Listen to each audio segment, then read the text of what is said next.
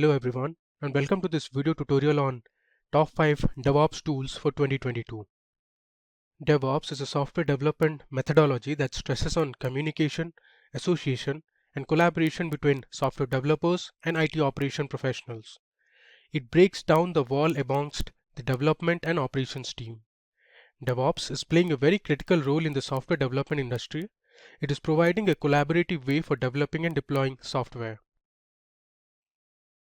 Now talking about the benefits of DevOps.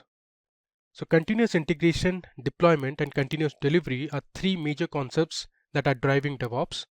DevOps provides better quality products, minimizes cost of production, and promotes agility in your business. It checks whether the software contains vulnerabilities through static and dynamic testing and dependency scanning. Now let's look at the DevOps market trends. According to verifiedmarketresearch.com, DevOps market size was valued at $3.62 billion in 2018, and it is projected to reach $20.01 billion by 2026, growing at a CAGR of 24.7% from 2019 to 2026.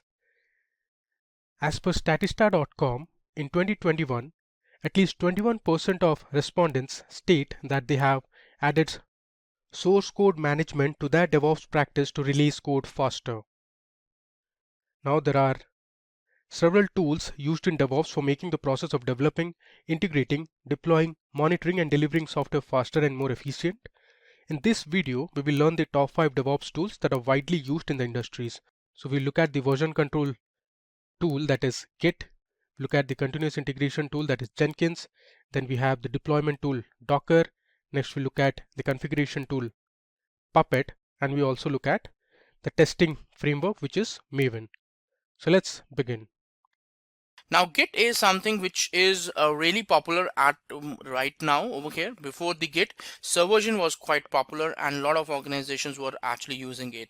But now Git is a kind of a version control system which helps us to track the changes just like any other version control system into a particular working copy or into our particular laptop.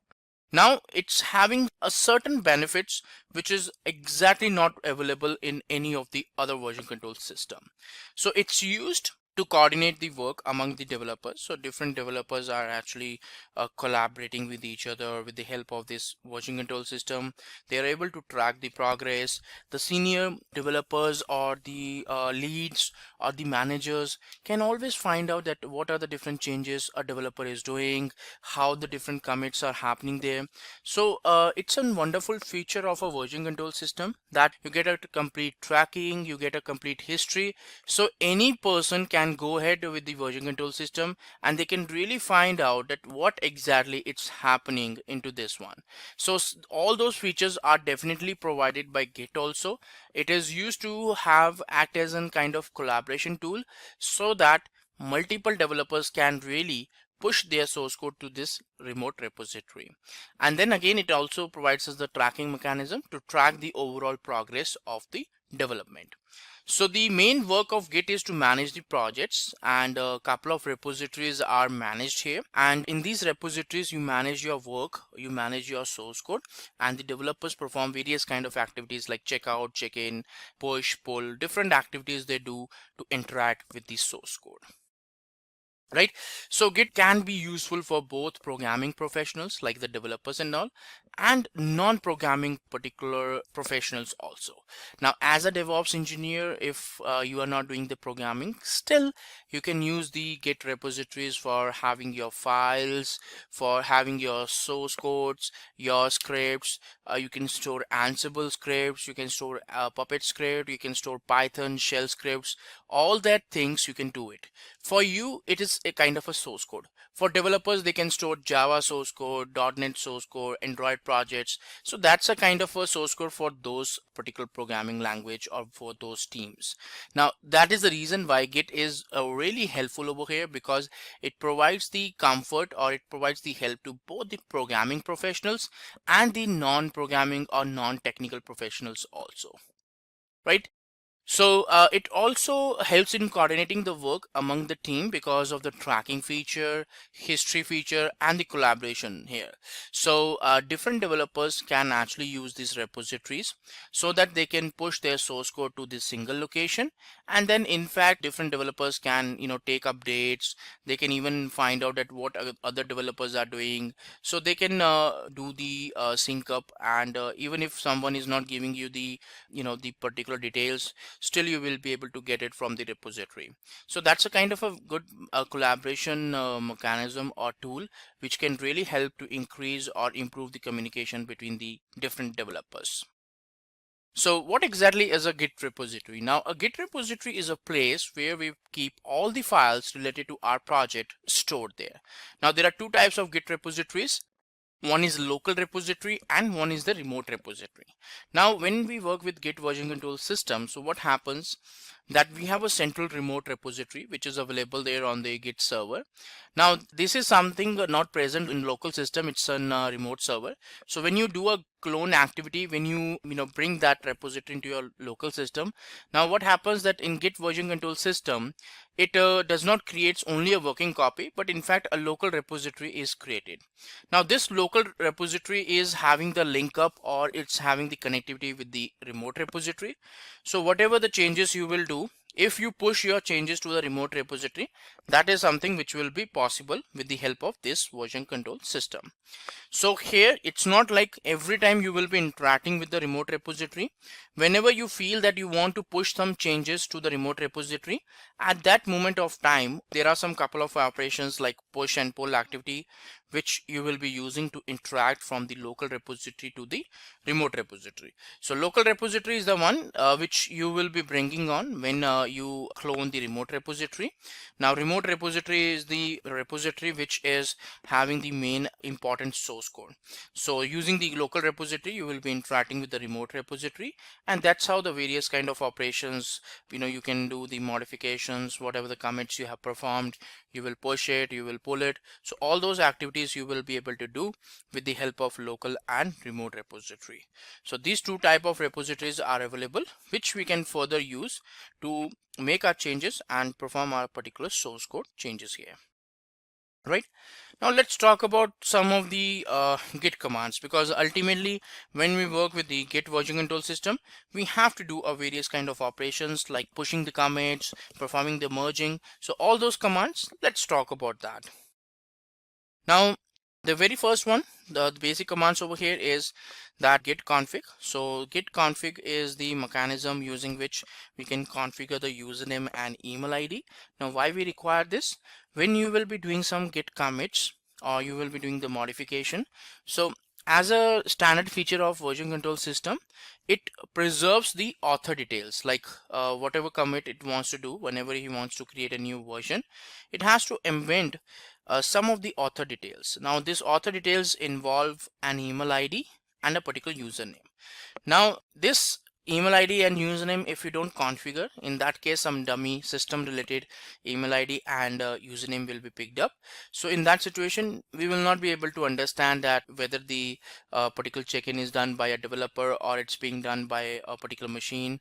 So for better understanding, to get a better comfort, that's the reason why we use the git config over here to configure the username and email address over here.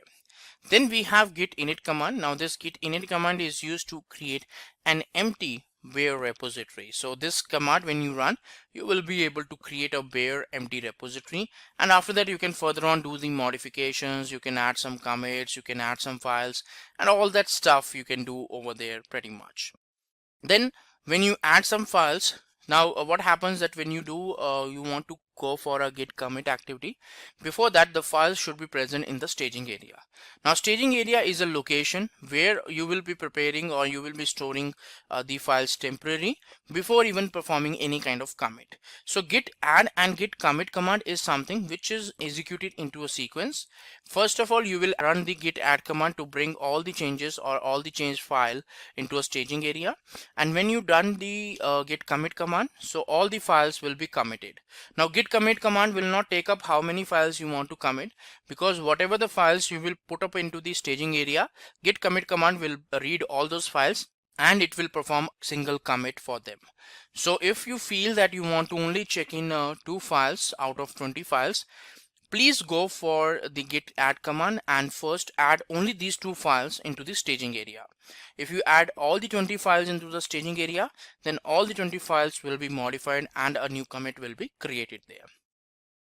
Then we have git diff command. Now git diff command is used to see the changes made to the files, to see the difference. You can use git diff command with the branches also to see the difference between the two branches. So git commit command is something which makes sure that all the changes are saved permanently into the local repository. So git add and git commit command are executed into a sequence, so that first of all you can add the files to the staging area, and then git commit command will pick up those files from the staging area and preserve permanently as a commit into the local repository. Then we have git reset command. Git reset command used in various types. One time you can use it as in kind of just to reset the changes in the files, and in a certain way you can also use it to delete the commits from the git repository. Git status command displays you the state of working and the staging area. So git status command also tells you certain particular features, like what are the different files which is in the modification state, how many files are there present in the modified state. So all those information is something which we are getting from the git status. Git merge is a very good feature, because whenever we work with the different branches, so git merge is a mechanism to move the changes from one branches to another. So if you are required to do the modification to the develop branch and you want to move those changes to the master branch, in that situation we have to merge develop branch into the master branch. So it's a kind of a mechanism to move the changes from one branch to another. Then we have git push. Now till git merge command, all the commands you can run to the local repository, which means that you don't require any kind of remote repository. You can simply work on the local system, and without any network connectivity with the remote repository, you will be able to perform those changes.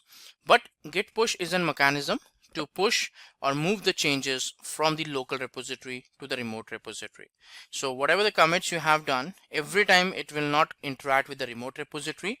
Only when you run the git push and pull command, that is where you will be performing the interaction or communication between the local repository and the remote repository. Push is to push the changes from local to remote repository, and pull is something which is pulling up the updates from the remote repository to your local repository. Right, now let's talk about some of the basic git operations here. Now so far we have seen that what are the different basic git commands are there, which we use time to time to perform the various operations and various tasks within the version control system of git here. Now let's talk about some of the basic git operations as such here. Now the very first one operation over here is the initialize of a git repository. Now this is something which we perform to create a kind of a new repository or a new project. Then we have add operation to add some files. Then add operation is used to add some changes or modified files to the staging area. Git commit is something which is used to create a new version of the group of files. Then pull is to bring down the changes from the remote repository to the local repository. Then push is there to push the changes from the local repository to the remote repository. So these are some of the basic operations which we perform so that we can move the changes from one state to another. Now the first one is git init command. Now it's used to create a new and empty repository, where a repository over here. Now once the git init command is executed, what will happen? You will run the git init command in a folder. For example, I have created a folder called git repo, and in that I have initialized or executed the git init command. Now the moment you did the execution of git init command, so what will happen? A .git directory will be created in that system. So this .git directory represents that you are working right now onto a git repository. You can also further run the git status command and find out that okay, this is the repository preserved over here. But if you don't have the .git directory, it means that it's a plain folder and it is not a kind of a git repository. Now remember, .git folder is only the folder which is created there. There will be no files which will be created as such in this one. So git init is only creating a bare empty repository onto the system. Right now, once the repository is initialized, so you can further on go ahead and add some files, some folders, or whatever stuff you want to perform in that repository. Right, so in this diagram you can see that when you run the git init command, you will be able to see the .git directory created over here, and you will also see that that's the only folder structure which is created as such over here.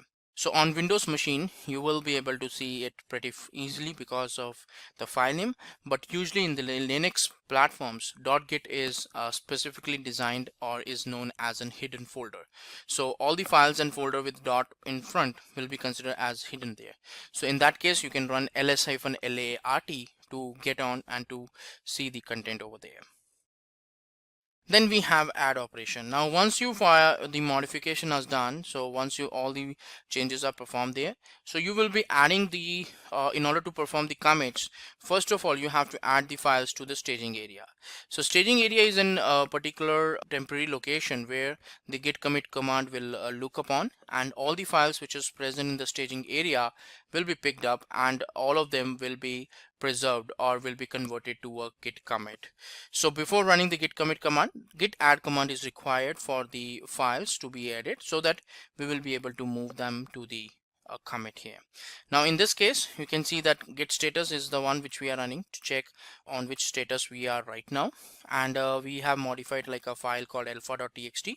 So git add dot is what we are trying to run over here, and then you can see that from the red color, earlier it was an untracked file, but now it's became in tracked files, and it says new file. And then further we did the git commit. So at that moment of time, what will happen, that this file will be completely checked out into the repository, and further after this one commit, if you run git status command, there will be no file present there. So git add and git commit command are executed into a sequence, so that they will be able to have a proper commits there.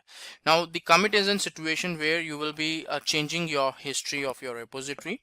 It makes sure that the changes which you are doing is permanently preserved into the git repository. So git commit command requires a particular flag called -m.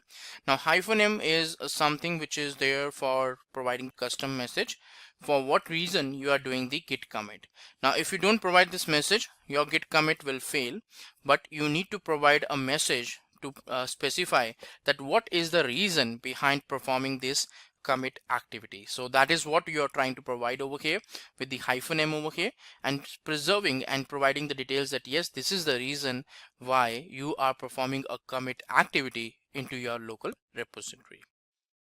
So you can see here that we are giving a particular commit message called beta gamma, but in real world you will be providing some commits like fixed debug bug 120, or fix this feature, or fixed this functionality, so that we will be able to see from the commit message that what is the reason behind this commit here. So we don't have to unnecessarily go inside the commit and find out the details. All the details we should be able to get it from the commit message. So that's the reason why it's very important that we provide a valid commit message. Right, then we have the next operation over here is the pull. Now pull is something which is used to fetch the latest updates from the remote repository and then merge those changes back to your local repository. So just kind of operation in which we are taking up the update from the remote repository. The purpose of taking update from the remote repository is that because different developers are collaborating or uploading their source code to this remote repository. So in that situation, if we want to take some updates from the remote repository, that is the reason why we will be using the git pull command to get those changes and merge it into your local repository. Then you can have some example, like we can run the command called git pull origin master. Now it will copies all the files from the remote repository to your local repository. So it will do a sync up of master branch of remote repository into the local repository master branch.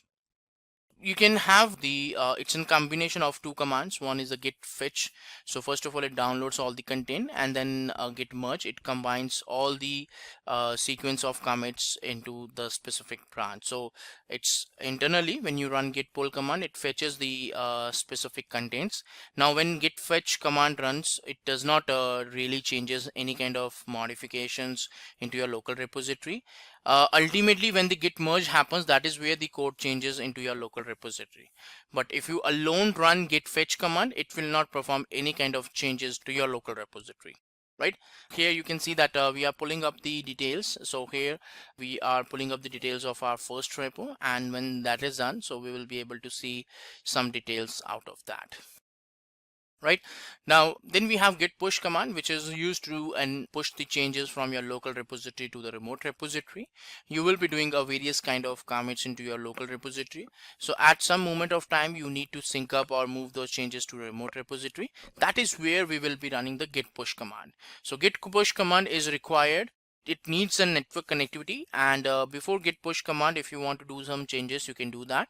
And once you want to share or you want to bring those changes to the remote repository, that is where you will be able to run the git push activity as such. So this is a kind of a mechanism using which you will be able to push some changes from the local repository to the remote repository. So here you can see that we are pushing the changes from the master branch of our local repository to a remote repository. And in this case, as you can see, that it here says here as a new branch, because the remote repository was empty and there is no master branch present over there. So that is the reason why it says new branch over here. So these were some of the git operations which talk about that how we can do some basic information and basic stuff over there. But now next thing which we have over here is the advanced git operations.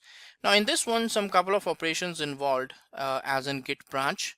Then we have the git merge, and then we have the git rebase here. Now the first one is the branch. Now a branch is in kind of a way of doing a parallel and independent development over here. Now at some moment of time, you feel that the developers needs to work on the source code or the changes independent of each other. So in this situation, you will be giving either a feature branch or a development branch to different developers. They will be doing their respective changes to these branches, and then further on you can you do the sync up and you can merge the changes to a single branch according to the requirement.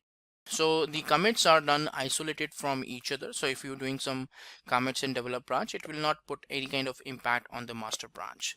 So git branch command is used to create a branch, to list a branch, to delete a branch, or to particular rename a specific branch also. Then we have merge. When we are talking about branching, then merging is also an important task. So the merge command is used to move the changes or one or multiple changes from one branch to another. So it is a mechanism to perform a sync up of the commits from one branch to another. So git merge command is used to combine two branches, and it's some kind of a mechanism in which we find out a single base, a common base, and then on top of that we move the changes or we combine the two branches here. Now git rebase is also performed for the same approach, but the process of rebasing refers to moving or combining a sequence of a commit into a new base commit. So git rebase is something which is doing a little bit restructuring of the commits, and normally git merge command is involved in which it can preserve the specific base commit, and on top of that it can add up your commits and it can do the modifications. But when we talk about rebase is something which is combining the commits, but it also preserves, or it may end up in having a new base commit as such over here. So git rebase is somehow doing some modifications and restructuring the overall baseline of the commits. Right, so git rebase command is used to integrate the changes from one branch to another here. Now these were some of the advanced features which is primarily used by the development team to do the modifications in different branches, then use the merge or rebase command to move those changes across the different branches here. Now let's talk about GitHub. Now what exactly is a GitHub there? Now there are some common scenarios where we think that okay, Git is different and GitHub is different. No, it's not like that. Ultimately, GitHub is nothing but an organization which internally uses the Git repository only. So they are using the Git solution only, but it's kind of a web-based graphical interface which is given to you just to have a better interaction with the Git repositories. So it's kind of a Git repository hosting service which is available there. So for example, you have the various hosting machines like GoDaddy is there, different other vendors are there, but ultimately they provide the same virtual machines like Linux, Windows and all that. Similarly here also they are all using the Git only, but they are providing it in as a kind of a good interface. They're providing you certain features, and these features are somewhere you can have the security, you can have the user base, you can have the permissions. So all those features you get with the help of the GitHub here. So it's a kind of a web interface which is given to you just to interact with the Git repository, to create them, to manage them, to delete them, all those activities. So it helps every team member to integrate with each other and at any moment of time.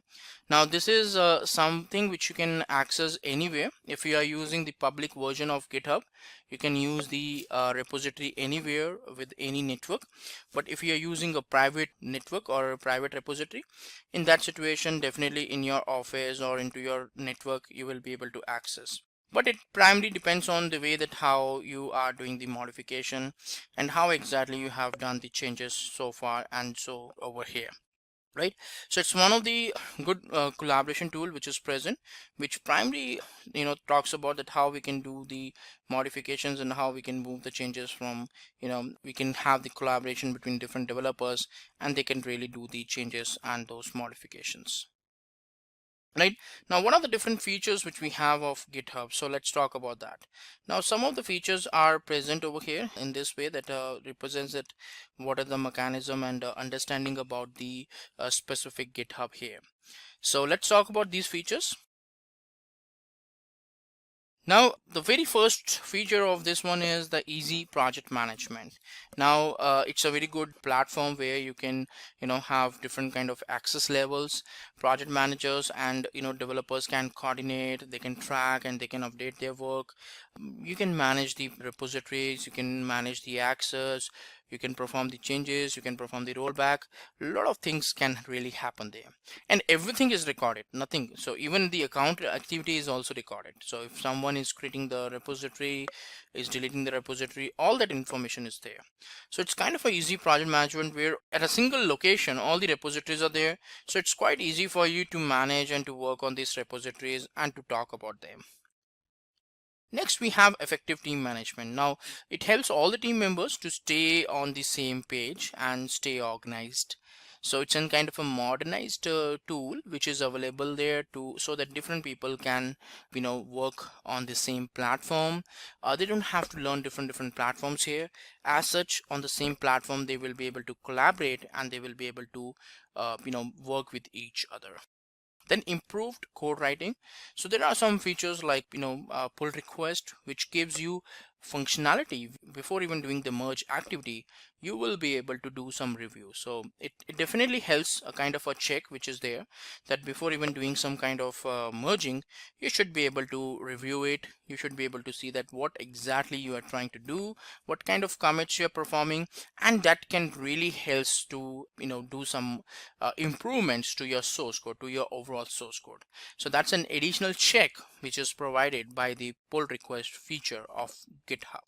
It's not a typical merge only. It's something someone will review, someone approve it, then only the merge activity will happen. Now GitHub uses different tools to identify and analyze the issues there. So there are some tools or features which is available there in GitHub where you can also further on increase or analyze the source code and analyze the issues with the source code there. So development teams can work together to to secure the software supply chain. These particular say repositories are quite secured, and that is the reason why not everyone have the access or default access to the source code. So this is quite restricted, and due to this feature it's easy to maintain the high quality of your source code. right? And then we have the easy code hosting here. So all the codes and documentations are present in one location. There are millions of repositories which is available there on GitHub, and each repository is comprises of its own source code and its own different people having the access, right? And then it increased safety with packages. Those packages can be published privately. You can have both public and private access. The packages can be used or reused by downloading it from GitHub, and other variety of applications is there. So if you're working on open source, in that situation it will be publicly available. If you're working as in privately for an secured organization, in that case it will be available privately there, right? So these were some of the various operations which was there related to Git. Now let's talk about some demo and see that how exactly we can go for that implementation, and we can see some real operations of Git. So let's connect to our Git Simplilearn lab over here, a Linux lab where we can perform all these various operations, and we can see that how exactly it works. So let's log into the lab. Okay, so we have logged into the Simplilearn lab over here in the Linux. Now in this one, the various steps we are going to do is step by step. So first of all, we have our particular GitHub account logged in. So that's the account which we were using. Okay, so we will create a remote repository here. So first of all, we will be preparing a bare empty repository. Now after that, we will be adding some files. We will be doing some git commit activities, and then we are going to talk about like some branching concepts, and then the merging concepts and all that stuff, right? So now let's log into the particular lab here. So I'm opening the terminal. Now here does not requires any kind of root access or those kind of stuff. So I'm going to create a folder structure with the name called repo. So repo is the folder which I'm going to create as such over here. So in this case, right now, as you can see that there is no repository or nothing is present here. So I will run the git init command, which will do nothing but it will initialize a bare repository over here. So as you can see that when you run the git init command, you will be able to see a .git directory created. Now this .git directory represents that you are working with empty bare git repository. Now once you get the repository, now if you have to execute some git commands, like I can run the git status command, which can really let us know that yes, you are working on a git repository. If you don't have the .git directory, definitely this kind of response you will not be able to get, right? So far we have only added up a particular kind of a git empty repository over here. Now I'm going to create some files. Okay, so these files I'm going to create so as I should be able to do some modifications, and I should be able to add some files. So I'm going to create a file called master.txt. In this case, when I edit file, so I'm going to add like my first repository over here. So that's what I need to do.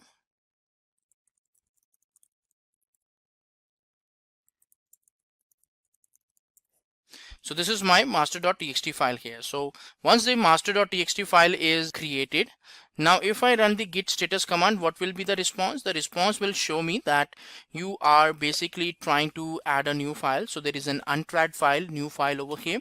In order to track it and in order to add it to the staging area, we have to further on do the git add command.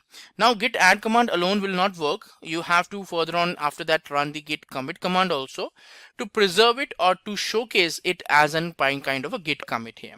So first of all, I will add the master.txt file. So what will happen to the status? So you can see that the color of the file is being changed from red to green here.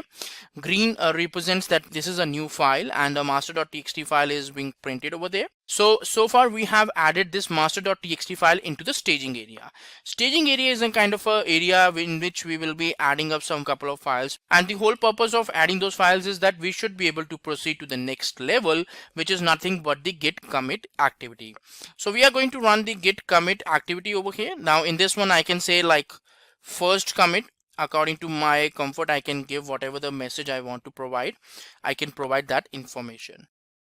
Right now in this case, as you can see that it picked up my default author over here, right? So if I want to do that modification, if I want to perform that activity and I want to change my author details, I can run the git config command over here. Now git config command, I can go for global. I can say like user.name. I can have like my name,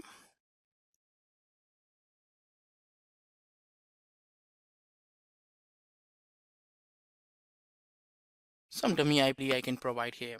So what will happen that all the further commits which I will be doing, that I will be able to do, and I will be able to set up there. Right now my author details is configured, so I will reset my author using this command here. So this is in kind of a mechanism that once your details is being changed, your username and email ID's details is changed, you should be able to reset your author details. Right, so it will open the commit message again. You just have to save it, and after that the commit should be performed here. So earlier the commit was being done with the details called Ubuntu, which is the user right now, and some dummy IP address. But at any moment of time you want to have your own username password, so you can say like git config hyphen global user.name. You have added a username here, then you are going for git config hyphen global user email ID over here, and after that what you have to do, you just have to reset the author details so that whatever the commits you have done so far, that also should be updated. So instead of having a Ubuntu user and some random email ID, now you're giving a specific author, in this case it's me, a specific author details as such into the history. So once the git commit command is executed, so what will happen that an entry will be made up into the history. Now there is only one commit, which means that the last commit which you have performed, that have eventually added up the git commit activity. So this is the overall mechanism that how exactly you can create a bare repository. Then you have added up some couple of files, then you added or executed git add command, and further on you did the git commit command. During the git commit command we faced a difficulty, the author details was not proper, then we added the author details, and then we reset our author details so that we should be able to perform a basic operation. And this mechanism should let us know that how the execution and the performance is happening here. So the overall mechanism you can perform as such over here is that how exactly this particular mechanism or this activity is really performing, right? So this is the way that how exactly the overall operation is really happening, and you are able to get a kind of a log, a kind of a history in the repository, that what is the change which is being done, who is the person who have performed the changes. Now if you want to get the changes that what was changed over here, so for that you can run the command called git show and the specific commit ID. Once that is done, so what will happen, you will also be able to say that yes, you have added the content called my first repo. That is what you have added so far in this commit here. So these are some of the basic operations which time to time we perform so that we can do some changes really to our particular repository. Right, so this was some of the steps there. Now further on what we will be doing, we will be basically performing a branching mechanism. So let's talk about branching. So right now the branch which we have connected so far is the master branch. You can see a static symbol in front of which it means that you are pointing down to this specific branch as such over here. So next what you're going to do is that you are going to create a new branch. So we will say that I'm going to create a develop branch here. So when you run the git branch -l here, so it says that the develop branch is created, but it's not pointed out right now. So in order to move to that branch, so you have to run the git checkout command to move to that branch. Now once you move to that branch, you will be able to see the static symbol is in front of develop branch. So this movement from one branch to another is important, because ultimately if you want to do the modification to the develop branch, you have to be there in that develop branch. If you want to go to the master branch, you have to be there in master branch. So this is something which ultimately you need to understand, so that there should not be any kind of interference between the branches as such over here. So this is the overall mechanism. So now whatever the commits we will be doing, that will be checked in into the specific develop branch, and all the changes will be performed as such over there. So now the next activity which we are going to talk about over here is that how exactly we can proceed further to these activities. Now what mechanism we are going to follow over next over here is that right now in this case you can see that git branch -l is there. So develop is being pointed out. If you want to see the difference, so you can say like git diff master. So that will show you the difference. Right now there is no difference as such over here, which represents the difference is not at all present so far in this case, right? So the next activity which we need to do over here in this mechanism is we will be performing some changes to this master branch here. So I will add some content here saying adding content in develop branch, just to have a proper check, so that if somehow I will see the files, I should be able to see that okay, this is what I have changed in the develop branch. Now these two lines are there. Definitely when I am going to see the difference here again, when I run the diff command, so it will do a branch to branch comparison, and it will say that yes, in this branch you have some additions which is not present in master branch, right? So that's the whole idea. The particular master branch should not be touched upon. If I'm doing some modification to develop branch, that changes should be present in the particular this branch only. Now in this case, what happens now, we know that git add command and git commit command we have to run. So I'm going to say like develop branch, right? So just an kind of a message you want to provide. So that's done. So if I do the git log here, so I should be able to see a new commit. Instead of one commit, two commits are there. In master branch, only one commit is there. That you can eventually check also. I can go to the master branch and I can check that also. So in master branch, right now you can see the last output is showing one commit. This one is showing one commit because it's present in the master branch. This one is showing two commits because it's present in the develop branch. So both the branches are having two different set of commits. Now definitely if you want to move the changes from the develop branch to the master branch, all you have to do is that you have to sync up. And how this sync up is done? It's done using the help of merge activity. So we will double check that on which branch we are right now. So we have checked that we are onto the master branch. We have to merge the specific develop branch into the master branch. So for that, what we will be doing, we will be running the command called git merge develop. So when we do that, what will happen, that it will eventually let me know, or it will eventually move or sync those changes from the develop branch to the master branch. So earlier in the previous situation, master branch was showing one commit, but now in this case, it's also showing the specific that commit also moved on along over here. So this is how the sync up really happens, and the commits really move from one branch to another. Now in this case, it's not only the commit which is being reflected, but even the file is also being updated over here as such. So the master.txt file is also showing that the second line is being added as such over here. Right.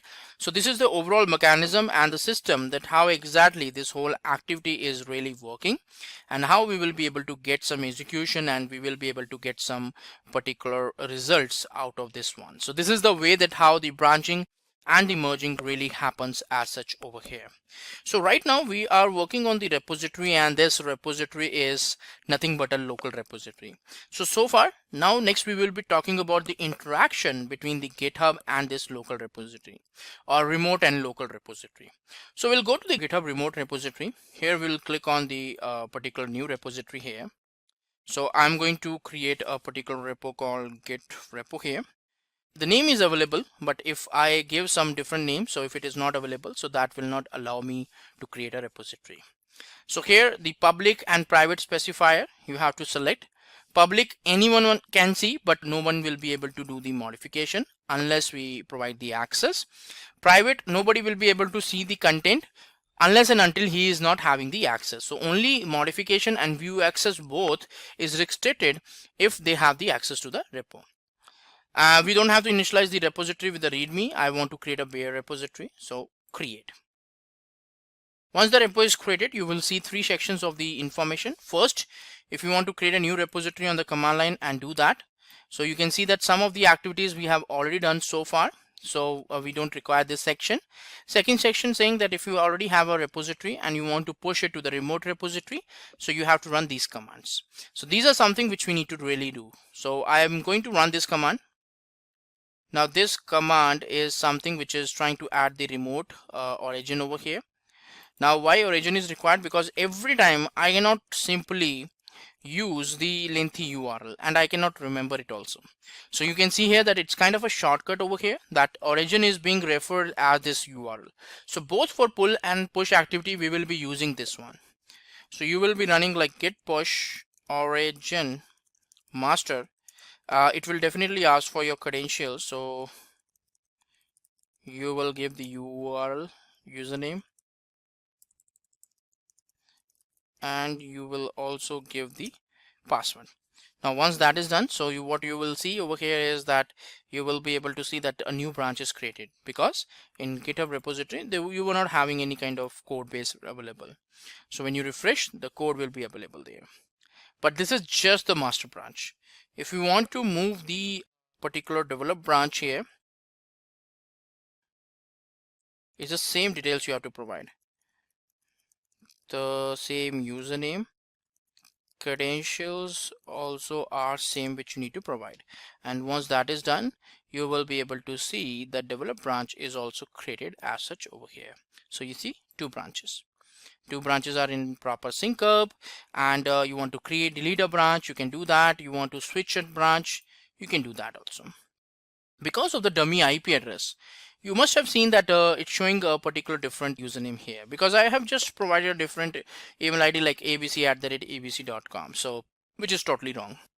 So ideally, when you will be providing the actual information about the username, that will be presented over here and that should be displayed. But right now I just provided a dummy email ID, so not the genuine one. So here, if you click on this commit ID, so you will see that content. This is the last commit which we were doing. This is the first commit which we did on that part. So this is how you interact with the Git repository. Right from the scratch, we have prepared this repository. We have executed that. And as you can see that once the repository is created, you were able to get a particular Git repository on the GitHub there. So that's it for this demo. I think you like it. Now we will be talking about that how exactly we can make use of Maven here in performing various kind of operations, whether it's a build, compilation, various kind of stuff there. So let's talk about it, why exactly we use Maven here. Now Maven is something which is a kind of a build tool which is there for most of the Java-based projects here. So this tool also helps us in building up the source code by downloading some couple of dependencies. These dependencies are something which is being configured by the developers, which a developer feels that the project is dependent on, and he requires those dependencies to be downloaded. So this tool is specifically used to build and manage any kind of a Java-based project, whatever the complexity of the topic or the project is there. So this tool will be able to handle that particular requirement or that project. So it simplifies the day-to-day work of a Java developer and helps them in their projects for performing daily to daily activities. Right now, Maven also helps us in getting the specific jar files for each and every project. So if you are going, you can pretty much make a jar file, var file, or ER file, any kind of a package mechanism you can follow for your Maven there. So to download the dependencies, we don't have to actually go to the official website of each and every software. You can easily get it, the dependencies of each and every third-party binaries on the mvnrepository.com. This is a website which is present, on which if you visit, you will be able to download the dependencies which is required by your project or by your specific project over here. So it totally depends on how exactly you want to download and you want to get together a specific repository over here. So mvnrepository.com is the one. If you visit, you will be able to download and go through all the jar files, dependent jar files as in dependencies which you require for your current project. Right, so now what exactly is a Maven all about? So let's see on that part. So Maven is a popular open source build tool which is developed by the Apache group, and the primary ownership of this tool is to build, publish, and deploy several projects at once. Maven is written in Java, and it can be used to build projects written in C#, Scala, Ruby, etc. So apart from Java, these are the different programming languages or the tools which is supported by the Maven here for performing the build activity. So the tool is used for build and management of any kind of a Java based project. It simplifies the day-to-day work of a Java developer and helps them to automate most of the compilation or build perspective tasks on the projects, right? Now, Maven is a kind of a POM-based project, so it also known as an project object model, and it focuses on simplification and standardization of the building process. In the process, it takes care of all the followings here: builds, dependencies, reports, distribution, releases, mailing list. So all these things are being taken care as in this particular process here, and ultimately it's an ability inside the Maven that how the overall build process needs to be automated and standardized here. So all these particular mechanisms can be followed as such over here, so that we can have a good standards and the simplifications implemented as such here. Now, what exactly is a Maven repository all about? So Maven repository is something which is a kind of a directory, or it's kind of a location where we have all the jar files packaged all together in a single location. So depending on the software which you want to download, the dependent jar files can be downloaded from there. So the metadata refers to the POM files relevant to each project here. This metadata is what allows Maven to download the dependencies. Now there are three types of repositories from where we can download the dependencies. The first one is the local repository, second one is the remote repository, and the third one is the central repository. So these are the primary three types of repositories which is available there for a specific Maven over here. So whatever repository you want to follow, you want to access, you can pretty much access it and you can go with that, right? Now the local repository will be primarily present onto your PC. That's the way that how it's present there. And the particular remote repository is something which you can store on any remote machine or remote server. And the central repository is something which you can have it onto the internet. So usually the central repositories is something in which we can actually host our different kind of dependencies and the jar files over there. So local repository on the machine of the developer where the project material is saved. So all the particular dependencies jar file will be available on your local machine. Remote machine is the location where you can actually store all your particular dependencies, from where you can download these dependencies whenever you require it. So this repositories work similar to the central repository. Whenever anything is needed from the remote repository, it's first downloaded into your local repository and then it will be utilized. So if you feel that the dependency is something which is not there in the local, it will be first downloaded from the remote repository and then it will be utilized or will be referenced onto the local machine there. And central repository is refers to the Maven community repository there, where you will be able to see each and every dependency present on that repository. So Maven downloads the repositories from here in the local repository whenever they're needed or whenever required. All these dependencies are cached locally, from where it will be referenced in the next, or whenever we want to refer that, we will be able to do that particular reference easily on that part. So this is the way that how the three particular repositories or Maven repositories really helps us for performing various kind of automations as such here.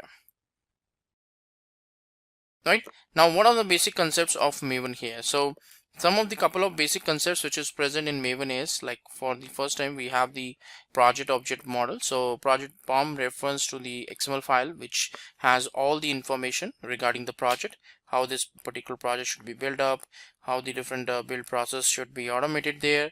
It also has a description of the project, details regarding the versioning. Versioning information is also stored as such in this XML file, in this particular POM reference file as such over here. The XML file is which is there in the project home directory. So Maven is something which search for the POM file in the current directory. If it's able to find that particular POM file, so it will execute or it will proceed with the build step. Otherwise it will halt there itself. So this POM file is very important because it will act as a kind of a build script, and primarily the Maven tool will be able to process each and everything which is configured as such in this specific XML file there, and according to that only it will function or it will proceed further. Right, Now, second thing is the dependencies and repositories. So dependencies usually refers to the Java files, so the Java libraries which we need in our into our particular project. So while working on the project, we may be having the dependency on couple of dependencies. So these dependencies we have to actually download, or we have to actually refer. And once these particular information or these details are referred, so what will happen that we need to download these specific dependencies from the particular Maven repositories. So if the dependencies are not present in your local repository, then Maven will try to download it from the central repository and cache it into your local repository. But first of all, it will look on into the local repository, and if it is not present in local, then only it will go to the remote or the central repository. Then we have build life cycles and phase and goals there. So build life cycles consists of the sequence of build phases, and each build phase consists of sequence of goals here. Now each goal is responsible for performing a specific task. When a phase is running all the goals related to that phase, and its plugins are also used to performing the compilation, preparing the artifacts, downloading the dependencies, all different things being done by the plugins here. Then we have the build profiles. So build profiles refers to a set of configuration values. Now generally we have the generic build process for all the environments or all the particular code base there, but sometimes we do have some kind of a differences there. So that is where we can go for the profiles, because a specific profile can have its own configuration, and whatever it's required for the build process, we can have different configurations stored inside the Maven build script here. Then different build profiles are added to the POM files, and which enables the different build as such here. So depending on these profiles, we can actually decide that how we need to proceed with the build process and how the different kind of build automations needs to be performed here. Then a build profile helps in customizing the build for the different environments, so that also we can perform as such while performing or while working on the different components and the different management here. So a build profile is something which you can configure, you can utilize, and depending on that build profile, we will be deciding whether to proceed further or how to decide on that particular factor. So these are something which we need to take care, or we need to work according to which we can decide that how the specific configurations and specific automation needs to be performed here. Now usually when we go for the Maven there, so we have to use some couple of Maven plugins. Now the goal of using these specific plugins is to automate some of the basic stuff like compilation, creating the var file, creating the jar file. So when we are using the plugins, we don't have to configure the steps or write the steps that how these specific plugins should be installed or should be referenced. It's ultimately the internal configurations which we are looking forward or which we are using while working on these specific plugins. So you can download some couple of plugins using which we will be able to decide that how a specific goals needs to be achieved here. So Maven has its own standard plugins that can be utilized. So if want to go for a custom one, so you can do that, but pretty much you can go for the default one, and you can pretty much have some specific goals executed with the help of these build plugins. Now next thing is the Maven architecture. So in Maven, what happens that let's talk about the basic architecture of Maven here. So the Maven executable, when it's deployed, so it usually reads the pom.xml file, which is the build script here. Now once the specific pom.xml file is being read out, so it will process the components. It will download, or it will process the dependencies, plugins, life cycles, phases and goals, and even the build profiles. And if any kind of interaction is required, so it will try to connect to the central repository or a remote repository, and according to that it will provide the information and provide the details as such. So Maven repository is something which is very important, because it's ultimately trying to connect to the Maven repository and try to achieve the various kind of automation here.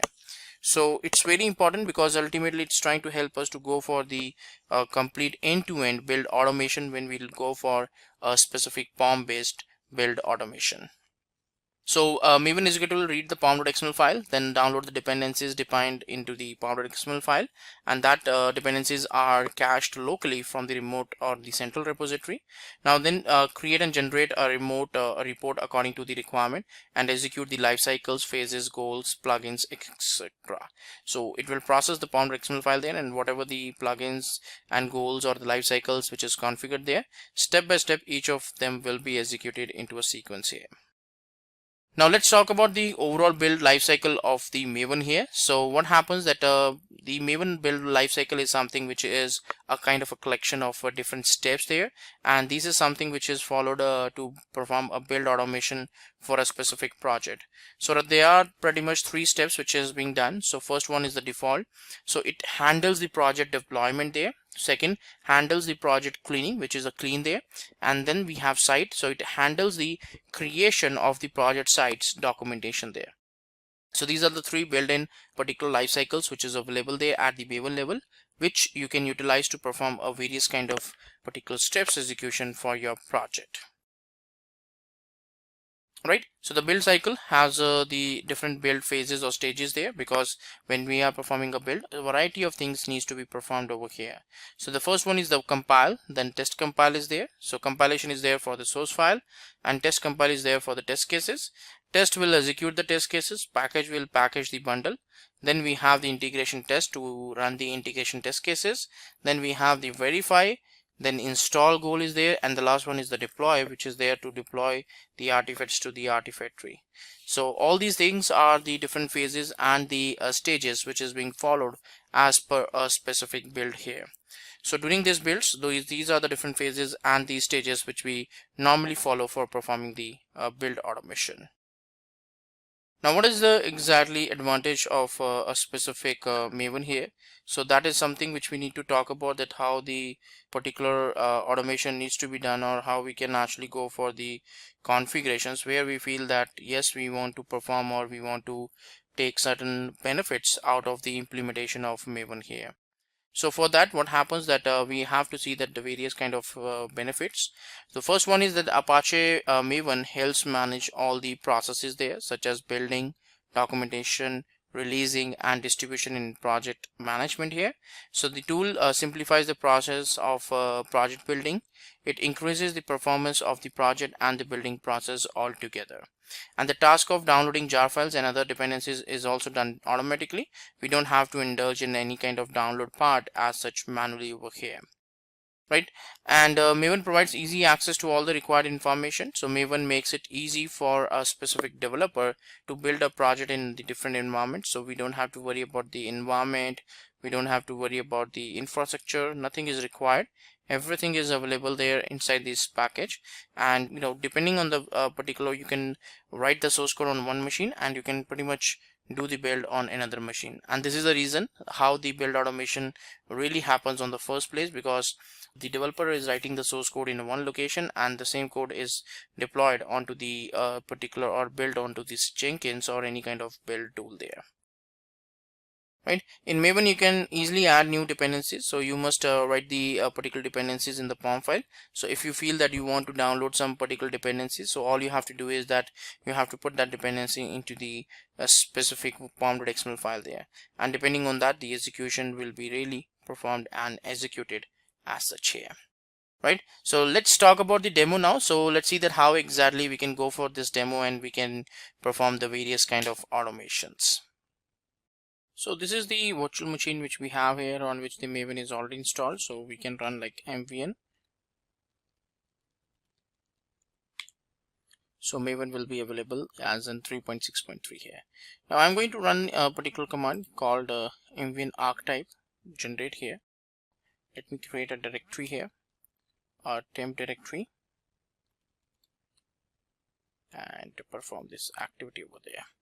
So mvn archetype generate. Now once we run that, so what will happen that it will download some of the binaries there, because ultimately what we are trying to do is that we are trying to generate a new project like a Maven project.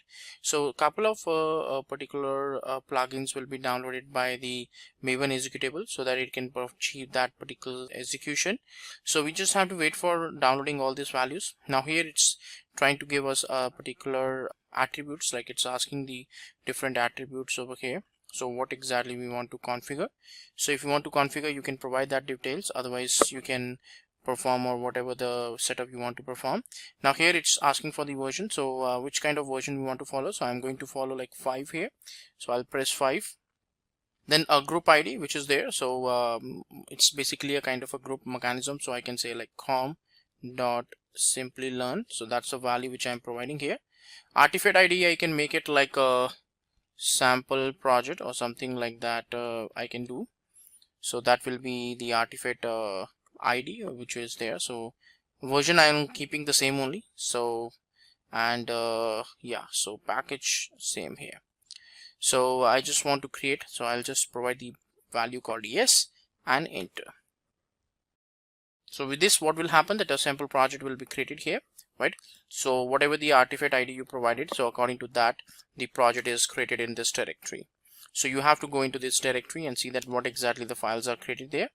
So you have the pom.xml file. Now this pom.xml file, when I open, so you can see here that there are some attributes, like you can have the values related to what version or group ID you want to follow. So this is the group ID, this is the artifact ID. So this is jar file. By default you can change it according to your requirement, and this is the version. And if you feel that you want to do the changes to the name, that also you can perform here. So by default the JUnit dependency is added, but if you want to keep on adding your own custom dependencies, you will be able to do that. Now in this case, if you run like mvn clean install, so it will be considered as a particular Maven project. A pom.xml file is already there present in the local directory. So according to that, the execution of the steps will be performed, and according to that you will be able to get some desired values here. So ultimately in the target directory you will be able to see that some couple of jar file or a specific jar file is generated here. So you can see that in the target directory this jar file or this artifact is generated here. So this is a way that how we can actually go for a generic one, like a new particular project, and later on you can, depending on your understanding, you can keep on adding or you can keep on modifying the dependencies, and that's how you can get the final result there. So that's it for this demo, in which we have find out that how exactly we can go for a particular project preparation with the help of mvn executable. So that's it for this demo. Thanks. Right. So that was the demo in which we saw that how exactly we can go for the Maven, and we can execute some build process related to Maven there. Jenkins, in my opinion, is one of the most popular continuous integration servers of recent times. What began as a hobby project by a developer working for Sun Microsystems way back in early or mid 2000s has gradually and eventually evolved into very, very powerful and robust automation servers. It has a wide adoption since it is released under MIT license and is almost free to use. Jenkins has a vast developer community that supports it by writing all kinds of plugins. Plugins is the heart and soul of Jenkins, because using plugins, one can connect Jenkins to anything and everything under the sun.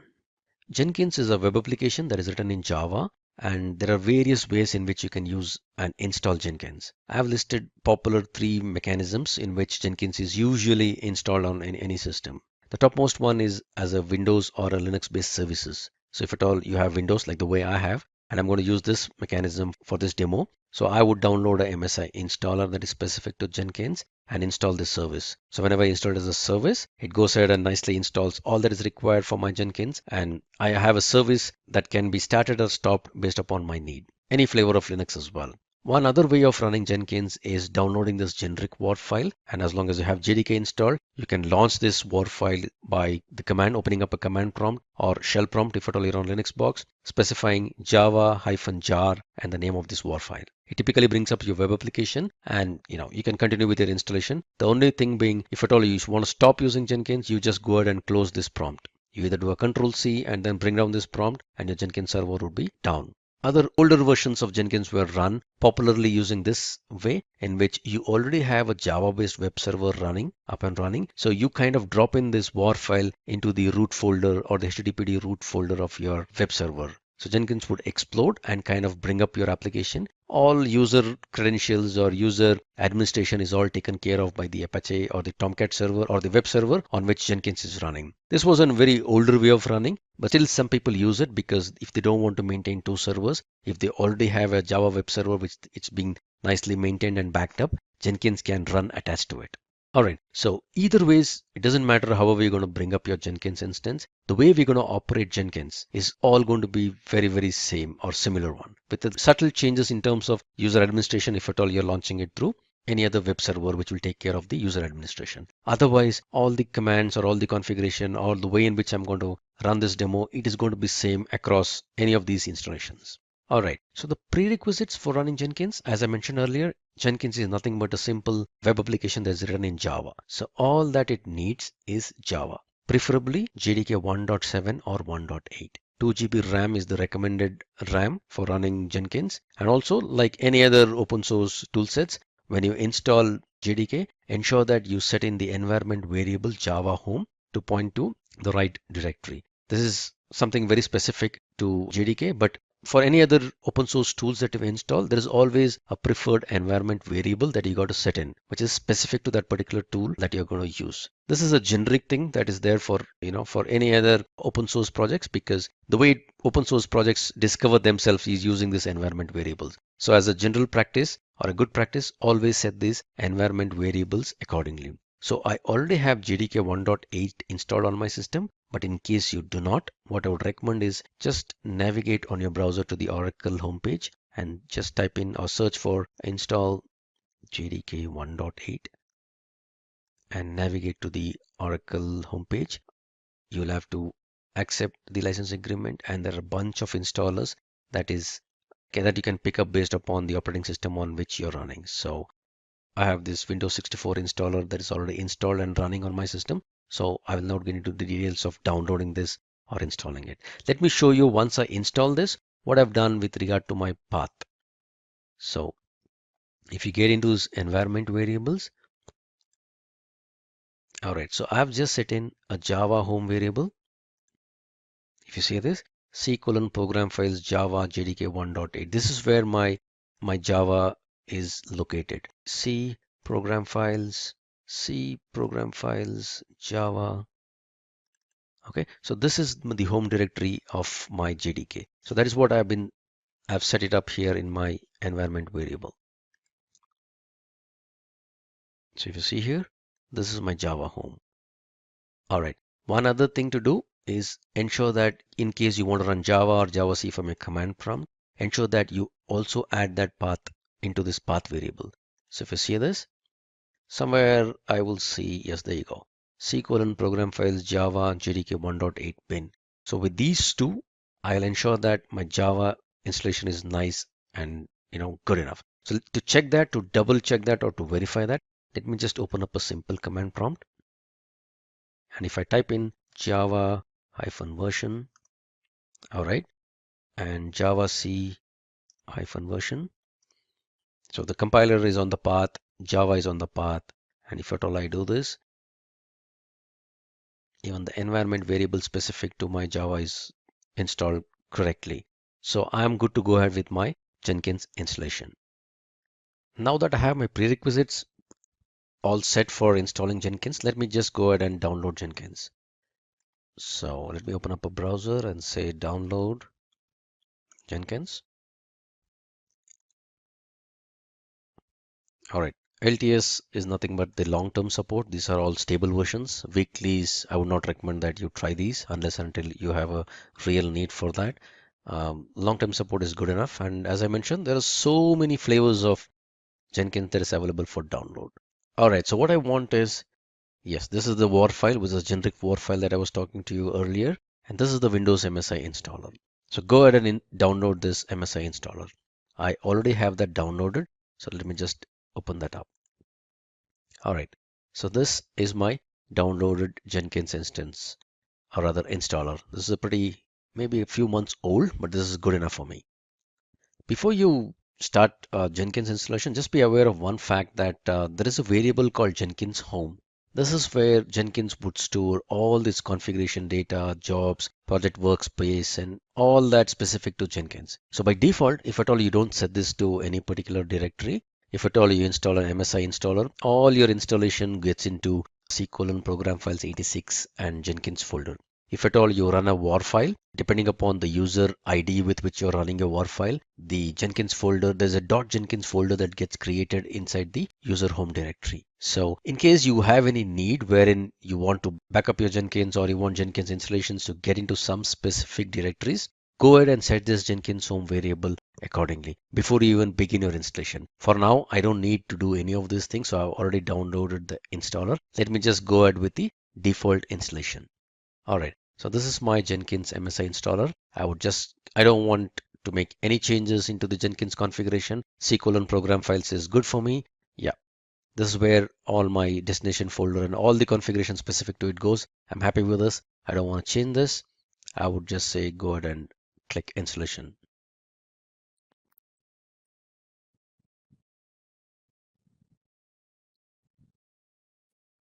Okay, so what typically happens once the Jenkins installation gets through is it'll start installing itself, and there are some small checks that needs to be done. So, and by default, Jenkins launches on the port 8080. So let me just open up localhost 8080. There's a small checking that will be done as a part of the installation process, wherein I need to type in a hash key. All right. So there's a very, very simple hash key that gets stored out here. So I'll have to just copy this path. If at all you're running as a war file, you would see that in your logs. All right. So this is a simple hash key that gets created every time when you do a Jenkins installation. So as a part of the installation, it just asks you to do this. So if that is not correct, it'll crib about it, but this looks good. So it's going ahead. All right. One important part during the installation. So you would need to install some recommended plugins. What happens is the plugins are all related to each other. So it's like the typical RPM kind of a problem where you try to install some plugin and it's got a dependency which is not installed and you get into all those issues. In order to get rid of that, what Jenkins recommends, there's a bunch of plugins that is already recommended. So just go ahead and blindly click that install recommended plugin. So if you see, there is a whole lot of plugins which are bare essential plugins that is required for Jenkins in order to run properly. So Jenkins as a part of the installation would get all these plugins and then install it for you. This is a good combination to kind of begin with. And mind you, at this moment Jenkins needs lots of bandwidth in terms of network. So in case your network is not so good, few of these plugins would kind of fail. And these plugins are all available on openly or mirrored sites, and sometimes some of them may be down. So do not worry in case some of these plugins kind of fail to install. You'd get an option to kind of retry installing them, but just ensure that at least most or 90-95% of all these plugins are installed without any problems. Let me pause the video here for a minute and then get back once all these plugins are installed. My plugin installation is all good. There was no failures in any of my plugins. So after that, I get to create this first admin user. Again, this is one important point that you got to remember. Give in any username and password, but ensure that you kind of remember that because it's very hard to get back your username and password in case you forget it. All right, so I'm going to create a very, very simple username and password. Something that I can remember. That's my name, and an email ID is kind of optional, but it doesn't allow me to go ahead in case I don't. So I just give in an admin and I got a password. I remember my password. This is my full name. All right, I say save and finish. All right, that kind of completed my Jenkins installation. It was not that tough, was it? Now that I have my Jenkins installed correctly, let me quickly walk you through some bare minimal configurations that is required. These are kind of a first time configuration that is required. So, and also let me warn you, the UI is little hard for many people to wrap their head around it, specifically the Windows guys. But if at all you're a Java guy, you know how painful it is to write UI in Java, you will kind of appreciate, all the effort that has gone into the UI. Bottom line, UI is a little hard to, wrap your head around it, but once you start using it, possibly you'll start liking it. All right. So let me get into something called as Manage Jenkins. This can be viewed like a main menu for all the Jenkins configuration. So I'll get into some of those important ones. Something called as configure system. Configure system, this is where you kind of put in the configuration for your complete Jenkins instance. Few things to kind of look out for. This is a home directory. This is a Java home where all the configurations, all the workspace, anything and everything regarding Jenkins is stored out here. System message, you want to put in some message on the system, you just type in whatever you want and it's possibly show up somewhere up here on the menu. Number of executors, very, very important configuration. This just lets Jenkins know at any point in time how many jobs or how many threads can be run. You can kind of visualize it like a thread that can be run on this particular instance. As a thumb rule, if at all you're on a single core system, number of executors 2 should be good enough.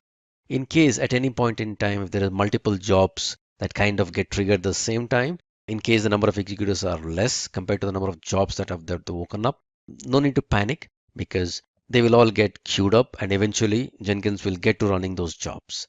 Just bear in mind that whenever a new job kind of gets triggered, the CPU usage and the memory usage in terms of the disk write is very high on the Jenkins instance.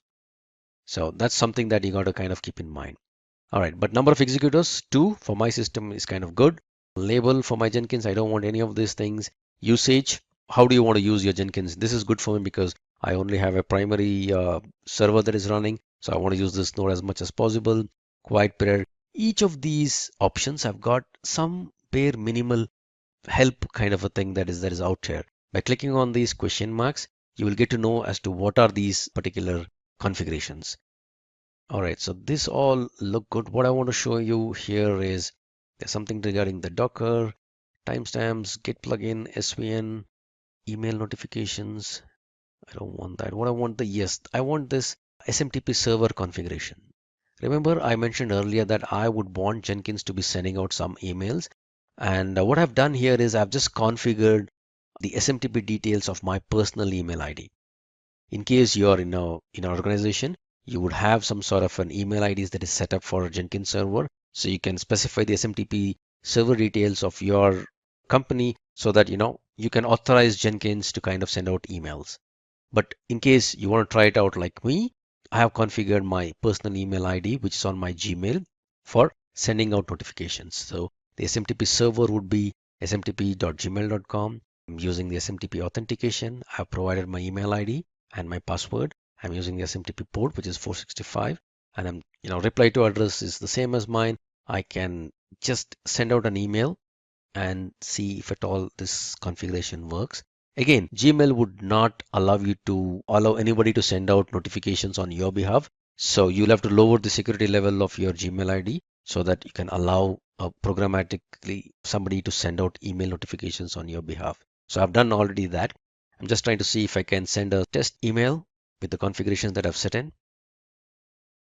Yes. All right. So the email configuration looks good.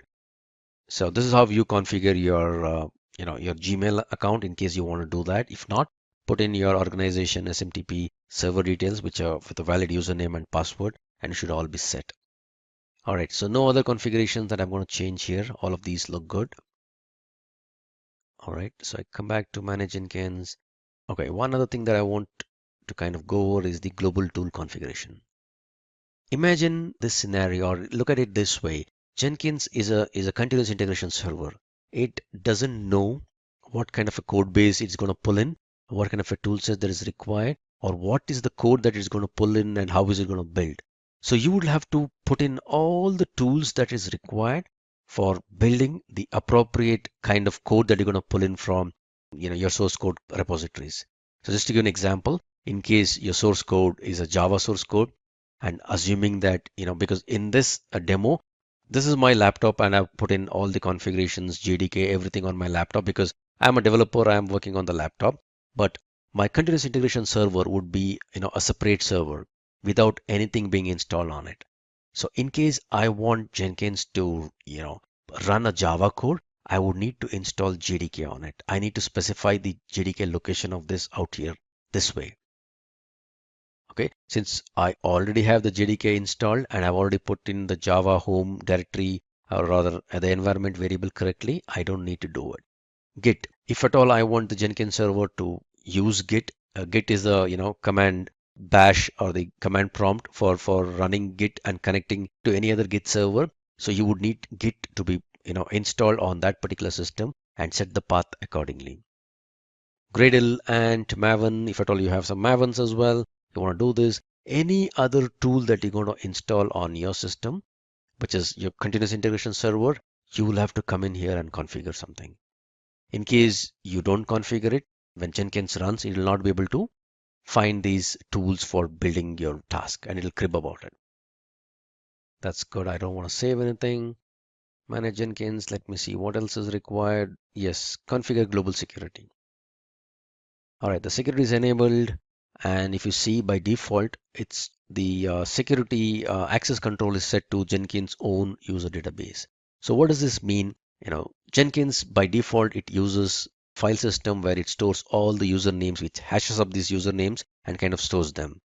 So as of now, Jenkins is configured to use its own database. Assuming that you are running in an organization, you would probably want to have some sort of an AD or an LDAP server using which you would want to control access to your Jenkins repository, rather Jenkins tool. So you would specify your LDAP server details, the root DN, password or the manager DN and the manager password and all these details in case you want to connect your Jenkins instance with your LDAP or AD or any of the authentication servers that you have in your organization. But for now, since I don't have any of these things, I'm going to use this own database. That's good enough. All right. So I will set up some authorization methods and stuff like that once I put in few jobs. So for now, let me not get into any of these details of this. Just be aware that Jenkins can be connected for authorization to an LDAP server, or you can have Jenkins managing its own servers, which is happening as of now. So I'm going to save all this stuff. That's good for me. So enough of all these configurations. Let me put in a very, very simple job. All right. So job, new item, little difficult to kind of figure out, but then that's the new item. So I'll just say, first job, this is good for me. I just give a name for my job. I would say it's a freestyle project. That's good enough for me. I don't want to choose any of that. So unless until you choose any of this particular button would not become active. So choose the freestyle project and say, okay. At a very high level, you would see general source code management, build triggers, build environment, build and post build. In case you install more and more plugins, you will see a lot more options. But for now, this is what you would see. So what am I doing? At the moment, I'm just putting up a very, very simple job. And the job could be anything and everything. So I don't want to put in a very complicated job for now. For the demo purpose, let me just put in a very, very simple job. I'll give a description. This is an optional thing. This is my first Jenkins job. All right. I don't want to choose any of these. Again, there are some helps available here. I don't want to choose any of this. I don't want to connect it into any source code for now. I don't want any triggers for now. I'll come back to this in a while. Build environment. I don't want any build environment.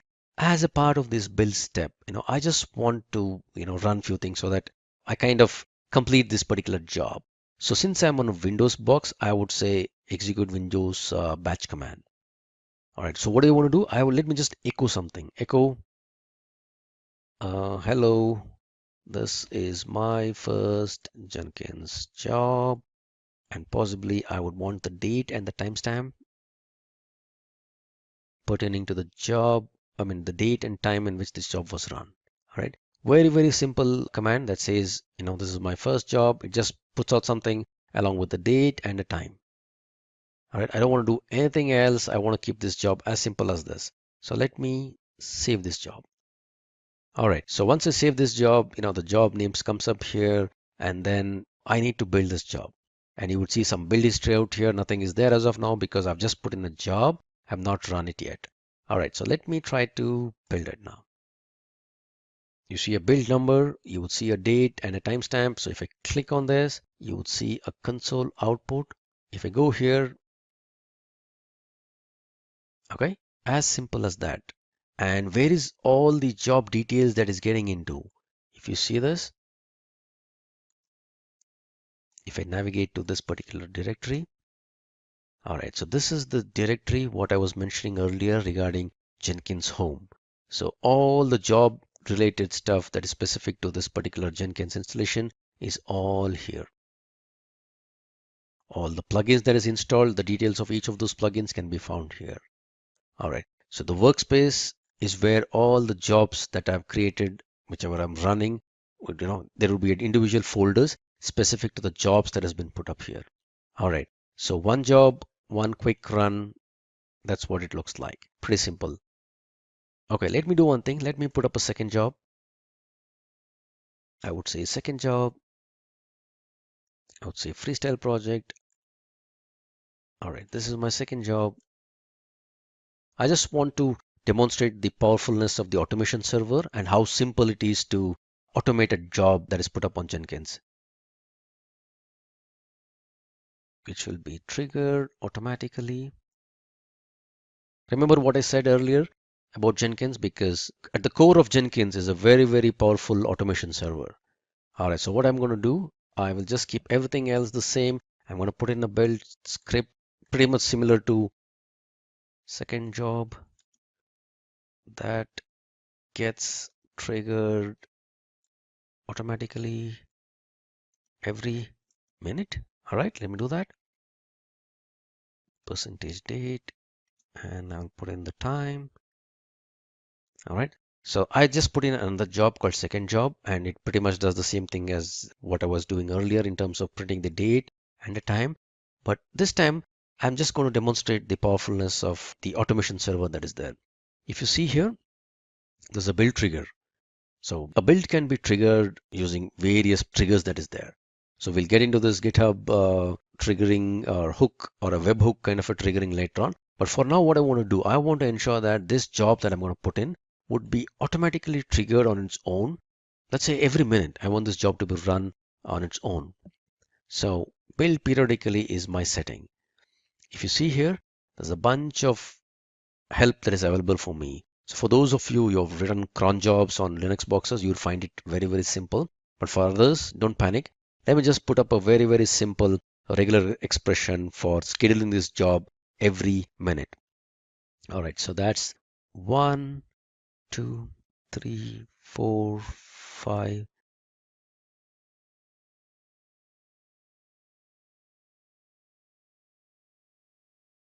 All right, come up, come up, come up. All right, so 5 stars is all that I'm going to put in. And Jenkins got a little worried and he's asking me, do you really mean every minute? Oh yeah, I want to do this every minute. Let me save this. And how do I check whether it gets triggered every minute or not? I just don't do anything. I'll just wait for a minute. And if at all everything goes well, Jenkins would automatically trigger my second job in a minute's time from now. This time around, I'm not going to trigger anything. Look, there you see. It's automatically got triggered. If I go in here, yep, second job that gets triggered automatically. It was triggered at 1642, which is 4:42 my time. That looks good. And if everything goes well, every 1 minute onwards, this job would be automatically triggered. Now that I have my Jenkins up and running, a few jobs that has been put up here on my Jenkins instance, I would need a way of controlling access to my Jenkins server. This is wherein I would use a plugin called role-based access plugin and create few rules. The rules are something like a global role and a project role, project specific role. I can have different roles and I can have users who have signed up or the users whom I create kind of assigned to these roles so that each of these users fall into some category. This is my way of kind of controlling access to my Jenkins instance and ensuring that people don't do something unwarranted. All right, so first things first, let me go ahead and install a plugin for doing that. So I get into manage Jenkins and manage plugin. A little bit of a confusing screen in my opinion. There is updates available, installed and advanced. As of now, we don't have the role-based plugin. So let me go to available. It'll take some time for it to get refreshed. All right, now these are the available plugins. These are the installed plugins. All right, so let me come back to available, and I would want to search for my role-based access plugin. So I would just search for role and hit enter. Okay, role-based authorization strategy enables user authorization using a role-based strategy. Roles can be defined globally or for particular jobs or nodes and stuff like that. So exactly, this is the plugin that I want. I would want to install it without a restart. All right, looks good so far. Yes.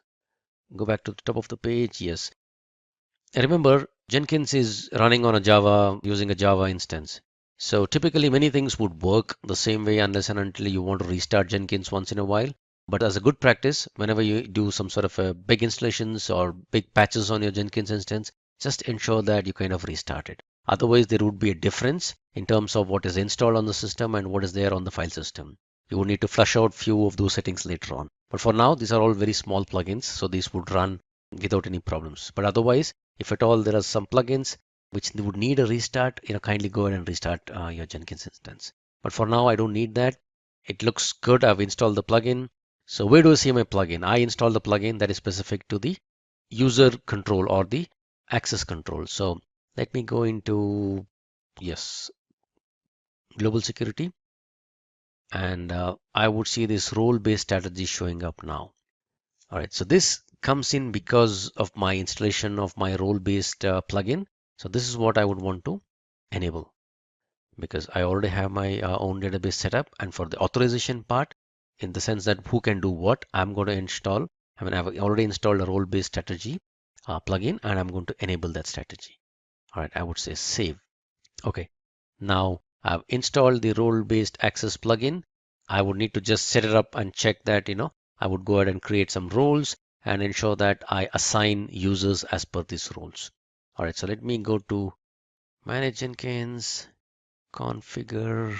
All right, let me see, where is this? Configure global security. Is that where I create my roles?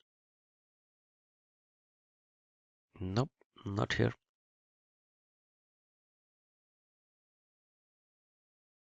Yes, manage and assign roles. Okay. Again, you would see these options only after you install these plugins. So for now, I've just enabled the plugin. I've enabled role-based access control, and I would go ahead and create some roles for this particular Jenkins instance. So I would say first manage roles. So I would need to create some roles here, and the roles are at a very high level. These are global roles, and there are some project roles, and there are some slave roles. I'll not get into details of all of these. At a very, very high level, which is a global role, let me just create a role. A role can be kind of visualized like a group. So I would create a role called developer.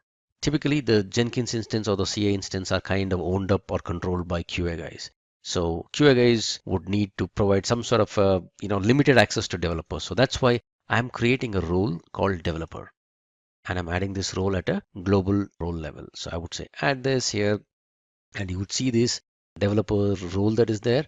And each of these options, if you hover over it, you would see some sort of a help on what are these permissions specific to. So what I want is it sounds a little different, but I would want to give very, very little permissions for the developer. So from an administration perspective, I would just want him to have a read kind of a role. Credentials, again, I would just want a view kind of a role. I don't want him to create any agents and all that stuff. That looks good for me. For a job, I would want him to just possibly read. I don't want him to build. I don't want him to cancel any jobs. I don't want him to configure any job. I don't even want him to create any job. I would just want him to read few things. I would not give him possibly a role to the workspace as well. I mean, I don't want him to have access to the workspace. I would just want him to read a job or check, have read-only access to the job. Run. No, I don't want him to give him any particular access which will allow him to run any jobs. View, configure, yeah, possibly create, yeah, delete. I don't want to read, yes, definitely. And this is the specific role. So what I'm doing, I'm just creating a global role called developer, and I'm giving him very, very limited roles in the sense that I don't want this developer to be able to run any agents, nor create jobs or build jobs or cancel jobs or configure jobs. At the max, I would just want him to read a job that is already put up there. Okay, so I would save. Now I've created a role. I still don't have any users that is there on the system. So let me go ahead and create some user on the system. That's not here. I would say configure, manage Jenkins, manage users. Okay, let me create a new user. I would call this user as, yeah, developer one sounds good. Some password that I can remember. Okay, his name is developer one d@d.com or something like that. Okay, so this is the admin with which I kind of configured or brought up the system, and developer one is a user that I have configured. So still have not set any roles for this particular user yet. So I would go to manage Jenkins. I would say manage and assign roles. I would say assign roles. Okay, so if you see, what I'm going to do now is assign a role that is specific to that particular developer. I will find the particular user and assign him the developer role that I've already configured. The role shows up here. I would need to find my user, whoever created, and then assign him to that particular role. So if you remember, the user that I created was developer one. I would add this particular user, and now this particular user, what kind of a role I want him to have, because this is the global role that I had created. So developer, I would assign this developer one to this particular global role, and I would go ahead and save my changes. Now let me check the permissions of this particular user by logging out of my admin account and logging back as developer one. If you remember, this role was created with very less privileges. So there you go. I have Jenkins, but I don't see a new item. I can't trigger a new job. I can't do anything. I see these jobs. However, I don't think so I'll be able to start this job. I don't have the permission set for that. The maximum I can do is look at the job, see what was there as a part of the console output and stuff like that. So this is a limited role that was created, and I added this developer to that particular role, which was a developer role, so that the developers don't get to configure any of the jobs, because the Jenkins instance is owned by a QA person.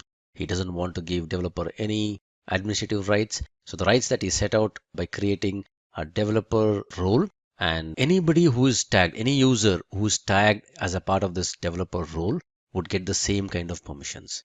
And these permissions can be, fine grained. It can be a project specific permissions as well. But for now, I just demonstrated the high level permission that I had set in. Let me quickly log out of this user and get back as the admin user, because I need to continue with my demo. With the developer role that was created, I have very, very less privileges. One of the reasons for Jenkins being so popular, as I mentioned earlier, is the bunch of plugins that is provided by users or community users who don't charge any money for these plugins, but it's got plugins for connecting anything and everything. So if you can navigate to, or if you can find Jenkins plugins, you would see index of over so many plugins that is there. All of these are wonderful plugins. Whatever connectors that you would need, if you want to connect Jenkins to an AWS instance, or you want to connect Jenkins to a Docker instance, or any of those containers, you would have a plugin. You can go and search up. If I want to connect Jenkins to Bitbucket, Bitbucket is one of the Git servers. There's so many plugins that is available. Okay, so bottom line, Jenkins without plugins is nothing. So plugins is the heart of Jenkins. For you to connect, or in order to connect Jenkins with any of the containers or any of the other tool sets, you would need the plugins. If you want to connect, or you want to build a repository which has got Java and Maven, you would need to install Maven and JDK on your Jenkins instance. If at all you're looking for a .NET build or a Microsoft build, you would need to have MS Build installed on your Jenkins instance, and the plugins that will trigger MS Build. If at all you want to listen to some server-side webhooks from GitHub, you would need GitHub specific plugins. If you want to connect Jenkins to AWS, you need those plugins. If you want to connect to a Docker instance that is running anywhere in the world, as long as you have the URL which is publicly reachable, you just have a Docker plugin that is installed on your Jenkins instance. SonarQube is one of the popular static code analyzers. So you can connect a Jenkins build, you can build a job on Jenkins and push it to SonarQube, and get SonarQube to run analysis on that and get back the results in Jenkins. All of these works very well because of the plugins. Now with that, let me connect our Jenkins instance to GitHub. I already have a very simple Java repository up on my GitHub instance. So let me connect Jenkins to this particular GitHub instance and pull out a job that is put up there. All right. So this is my very simple repository that is there called Hello Java, and this is what is there in the repository. There is a hello.java application that is here, or a simple class file that is there. It's got just one line of system.out. So this is already present on github.com at this place, and this would be the URL for this repository. If I pick up the HTTPS URL, this is my HTTPS URL. So what I would do is I would connect my Jenkins instance to go to GitHub, provide my credentials, and pull out this repository which is on the cloud hosted github.com and get it to my Jenkins instance, and then build this particular Java file. I'm keeping the source code very simple. It's just a Java file. How do I build my Java file? How do I compile my Java file? I just say Java C and the name of my class file, which is hello.java. And how do I run my Java file? I would say Java and hello. Okay, so remember, I don't need to install any plugins now because what it needs is a Git plugin. So if you remember, when we were doing the installation, there was a bunch of recommended plugins. So Git is already installed on my system, so I don't need to install it again. So let me put up a new job here. It says Git job. Let it be a freestyle project. That's good for me. I would say okay. All right, so the source code management. Remember, in the earlier examples, we did not use any source code because we were just putting up some echo kind of jobs. We did not need any integration with any of the source code systems. So now let me connect this. So I'm going to put up a source code, and Git would show up because the plugin is already there. SVN, Perforce, any of those additional source code management tools, if at all you would need, just install those plugins, and Jenkins connects wonderfully well to all these particular source control tools. Okay, so I would copy the HTTPS URL from here. I would say this is the URL that I'm supposed to go and grab my source code from. But all right, that sounds good. But what is the username and password? So I'll have to specify a username and password. All right, so I would say the username, this is my username, and this is my HTTPS credential for my job. Okay, so this is my username and this is my password. I just save this. I say add, and then I would say, use these credentials to go to GitHub and then on my behalf, pull out a repository. All right. If at all at this stage, if there's any error in terms of Jenkins not able to find Git or the git.exe, or if my credentials are wrong, somewhere down here, you would see a red message saying that, something is not right. You can just go ahead and kind of fix that. For now, this looks good for me. I'm going to grab this URL. What am I going to do? This step would pull the source code from the GitHub, and then what would be there as a part of my build step? Because this repository just has a Java file, correct? Hello.java. So in order for me to build this, I would just say execute Windows batch command, and I would say Java C hello.java. That is the way I would build my Java code. And if I have to run it, I would just say Java hello. Pretty simple, 2 steps, and this would run after the repository contents are fetched from GitHub. So Java C, Java, that sounds good. I would say save this and let me try to run this. Okay, if you see, there's a lot of, it executes Git on your behalf. It goes out here, it provides my credentials and says, it pulls all my repository, and by default, it will pull up the master branch that is there on my repository, and it kind of builds this whole thing, Java C hello.java, and it runs this project Java hello, and there you see, this is the output that is there. And if at all you want to look at the contents of the repository, if you can go here, this is my workspace of my system. Hang on, this is not right. Okay, Git job. If you see here, this is my hello.java. This is the same program that was there on my GitHub repository. Okay, so this is a program that was there on my GitHub repository. All right, so this was the same program that was here, and Jenkins on our behalf went over all the way to GitHub, pulled this repository from there, and then it brought it down to my local system on my Jenkins instance. It compiled it and it ran this particular application. Okay, now that I've integrated Jenkins successfully with GitHub for a simple Java application, let me build a little bit on top of it. What I will do is I have a Maven based web application that is up there as a repository in my GitHub. So this is the repository that I'm talking about. It's called MVN Web App. It's a Maven based repository. As you would know, Maven is a very simple Java based build tool that will allow you to run various targets, and it'll compile. It will, based upon the goals that you specify, it can compile, it can run some tests, and it can build a war file and even deploy it into some other server. For now, what we're going to use Maven is just for building and creating a package out of this particular web application. It contains a bunch of things, and what is important is just the index.jsp. It just contains an HTML file that is there as a part of this web application.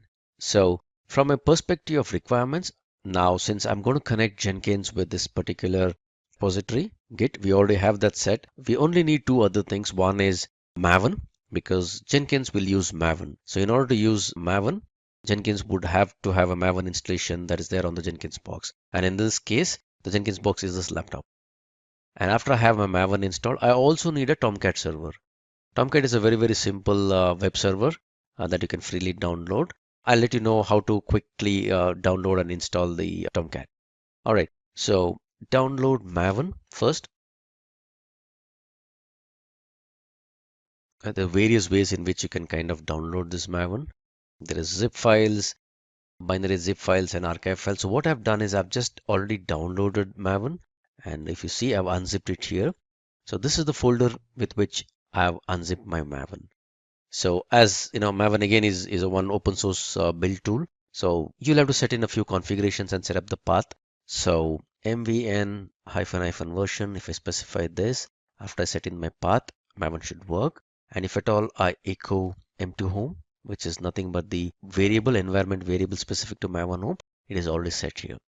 So once you unzip Maven, just set this m2 home variable to the directory where you unzipped your Maven. Also, just set the path to this particular directory /bin, because that is where your Maven executables are all found. All right, so that's with Maven. And since I've set the path and the environment variable Maven is running perfectly fine on my system, I've just verified it. Okay, next one is a Tomcat server. Download Apache Tomcat server 8.5 is what I have on my system. So I'm just going to show you where to download this from.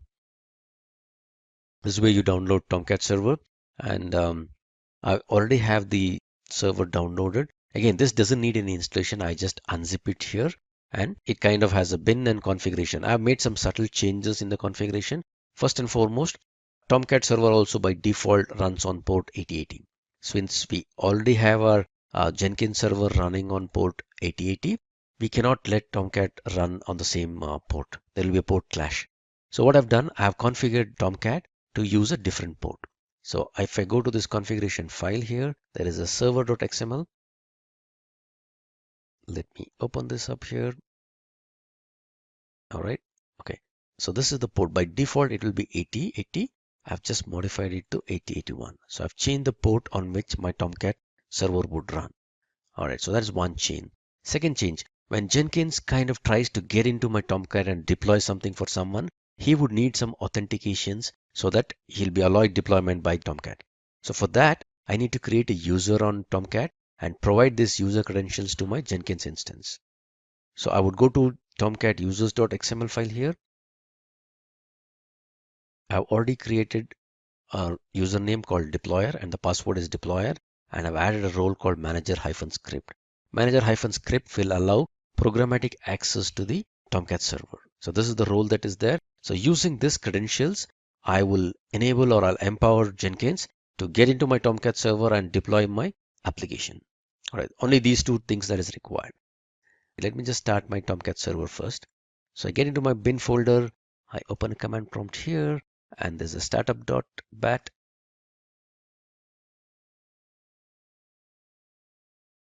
It's pretty fast. It just takes a few seconds. Yes, there you go.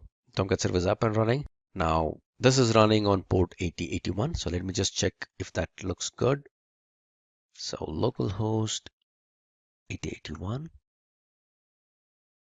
Okay, my Tomcat server is up and running. That sounds good. The user is already configured on this. That's also fine. So what I'll do as a part of my first job, Maven is also installed on my system. So I'm good to use Maven as a part of my Jenkins. So I will put up a simple job now. I will say job, MVN, web app. I'll call this freestyle job. That's good. Okay, so this will be a Git repository. What is the URL of my Git repository? Is this guy, HTTPS URL. Okay, that's this URL. I will use the credentials. The old credentials that I set up will work well because it's the same Git user that I'm kind of connecting into. All right, so now the change happens here where after I get this, since I said this is a simple Maven repository, I will have some Maven targets to run. So the simple target first is, let me run Maven package. This creates a war file. Okay, so MVN package is the target. Package is the target. So whenever I run this package, it kind of creates it, it builds it, it tests it, and then creates a package. So this is all that is required. Maybe let me try to save this and let me first run this and see if it connects well, if there's any problem with my war file or the war file gets created properly.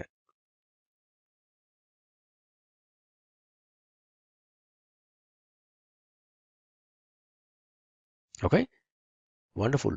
So it built a war file, and if you see, it all shows you what is the location where this war file was generated. So this will be the workspace. If you see this war file was successfully built. Now I need to grab this particular war file and then I would need to deploy it into Tomcat server. Again, I would need a small plugin to do this because I need to connect Tomcat with my Jenkins server. Let me go ahead and install the plugin for the container deployment. So I would go to manage plugins, available, type in container,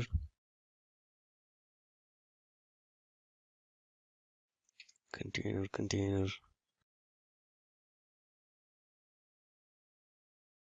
deploy to container. Okay, so this would be the plugin that I would need. I would install it without a restart. Right, seems to be very fast. Nope, sorry, it's still installing.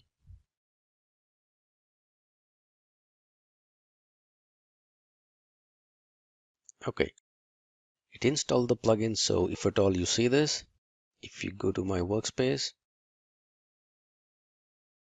okay, in the target folder, I would see this web application war file that is already built. So I would need to configure this plugin to pull up this war file and deploy it onto the Tomcat server.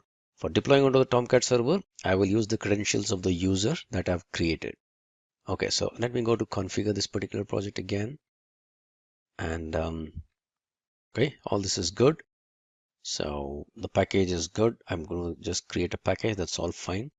Now add a post build step. So after the war file is built as a part of this package directive, let me use this deployment to container. Now this will show up after you install the plugin. So deploy this one to the container. Now what is that you're supposed to specify? You're supposed to specify what is the location. Okay, so this is a global configuration that is there that will allow you to, from the root folder, it will pick up the war file that is there. So ******war, that's good for me. Okay, what is the context path? Context path is nothing but just the name of an application that, under which it will get deployed into the Tomcat server. I will just say MVN web app. That's the name of my thing. Now I need to specify what kind of a container that I'm talking about. All right, so the deployment would be for this Tomcat 8.5 is what I need. Okay, because the server that we have is a Tomcat 8.5 server that I have. So this would be the URL. So the credentials, yes, I need to add a credential for this particular server. So if you remember, I had created a credential for my web application. So let me just find that. My Tomcat server, yes, configuration of this. Okay, so deployer and deployer. Username is deployer, password is deployer. Okay, so let me use that credential. I would say add a new credential, Jenkins credential. The username is deployer and the password is deployer. So I would use this deployer credentials for that. And what is the URL of my Tomcat instance? So this is the URL of my Tomcat instance. So take the war file that is found in this particular folder, and then context path is Maven web app. Use the deployer deployment credentials and get into this localhost which is there 8081. This is the Tomcat server that is running on my system, and then go ahead and deploy it. Okay, so that is all that is required. So I would say just save this and let me run it now.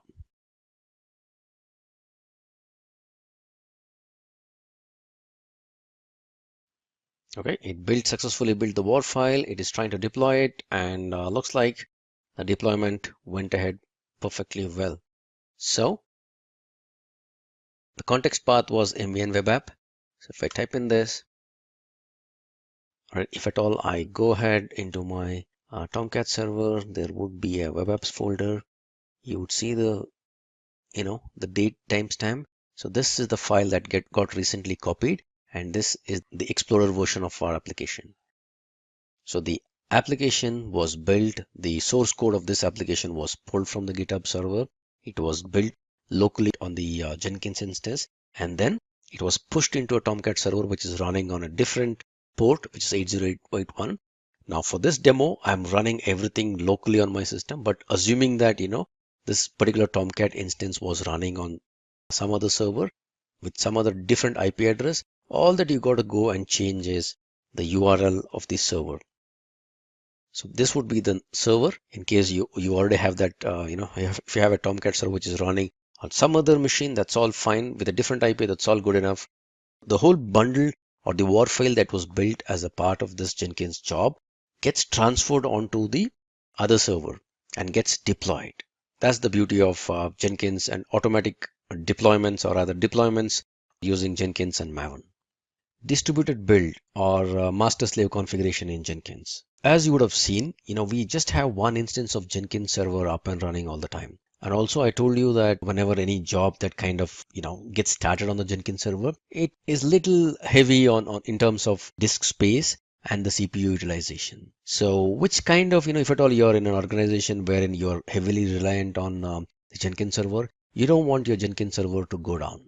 So that's wherein you kind of start distributing the load that is there on the Jenkins server. So you primarily have a server, which is just a placeholder or like a master who will take in all the kind of jobs. And what he'll do is based upon trigger that has happened to the job or whichever job needs to be built, if at all, he can delegate these jobs onto some other machines or some other slaves. That's a wonderful thing to have. Okay, use case one. Use case two, assuming that, if you have a Jenkins server that is running on a Windows box or on a Linux one, and if at all you have a need where you need to build based upon operating systems, you have multiple build configurations to support. Maybe you need to build a Windows, Windows based .NET kind of a projects where you would need a Windows machine to build this particular project. You also have a requirement where you want to build Linux based systems. You also have a Mac, you support some sort of an apps or something that is built on Mac OS. You would need to build, Mac based system as well. So how are you going to support all these needs? So that's wherein a beautiful concept of master slave or primary and delegations or agent and master comes into play. So typically you would have one Jenkins server who will just configure with all the proper authorizations, users, configurations, and everything is set up on this Jenkins server. His job is just delegations. He will listen to some sort of triggers, or based upon the job that is coming in, he will, if there is a nice way of delegating these jobs to somebody else and taking back the results, he can control a lot of other systems. And these systems may not have a complete, or there's no need to put in a complete Jenkins installation. All that you got to do is have a very, very simple runner or a slave that is a simple jar file that is run as a low priority thread or a process within these systems. So with that, you can have a wonderful distributed build server that can be set up. And in case one of the servers goes down, your master would know that what went down and kind of delegate the task to somebody else. So this is the kind of distributed build or the master slave configuration. So what I'll do in this exercise or in this demo is I will set up a simple slave, but since I don't have too many machines to kind of play around, what I'll do is I will set up a slave in one other folder within my hard drive. So I've got the C drive and D drive.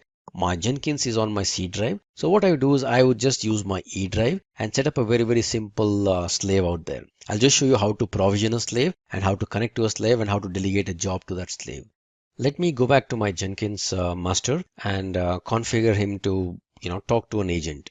So there are various ways in which this client and server talk to each other. What I'm going to choose is something called as JNLP, Java Network Launch Protocol. So using this, I would ensure that the client and server talk to each other.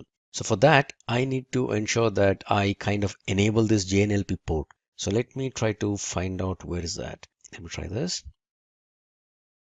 Okay, yes. Agents, and by default this JNLP agents thing would be disabled. So if you see here, there's a small help on this.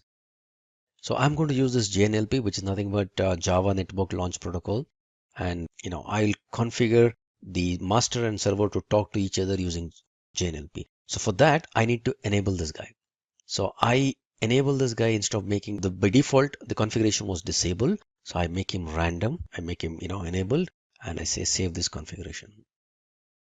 Alright, so now I configured or I made a setting for the master so that the JNLP port is kind of opened up. So let me go ahead and create an agent. So I'll go to manage nodes. So if you see here, there's only one master here. So let me provision a new node here. So this is the way in which you bring up a new node. You have to configure it on the server. Jenkins would put in some sort of security around this particular agent and let you know how to launch this particular agent so that he can connect to your Jenkins master. So I would say new node. I would give a name for my node. I would say Windows node because both of these are Windows only. So that's fine. I just give an identifier saying that Windows node. I would say this is a permanent agent. I would say okay. So if you see the name, let me just copy this name here with the description. Number of executors, since it's a slave node and both of these are running on my system, I will keep the number of executors as 1. That's fine. Remote root directory. Now this is where, let me just clarify this, since I have both my master is running on my C drive program files 86, or hang on, not 86, C:" program files. It is indeed 86. All right, Jenkins. So this is where my master is running. So I don't want the C drive. What I'll do is I'll use something called as A drive. I have another drive in my system, but please visualize this like you're running this on a separate system altogether.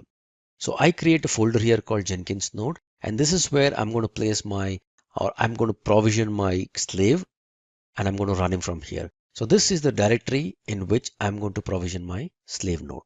So I'm going to copy this here, and that is the remote root directory of your particular agent or slave. So I just copy it here. The label, probably this is fine for me. And usage, how do you want to use this guy? So I don't want him to run all kinds of jobs.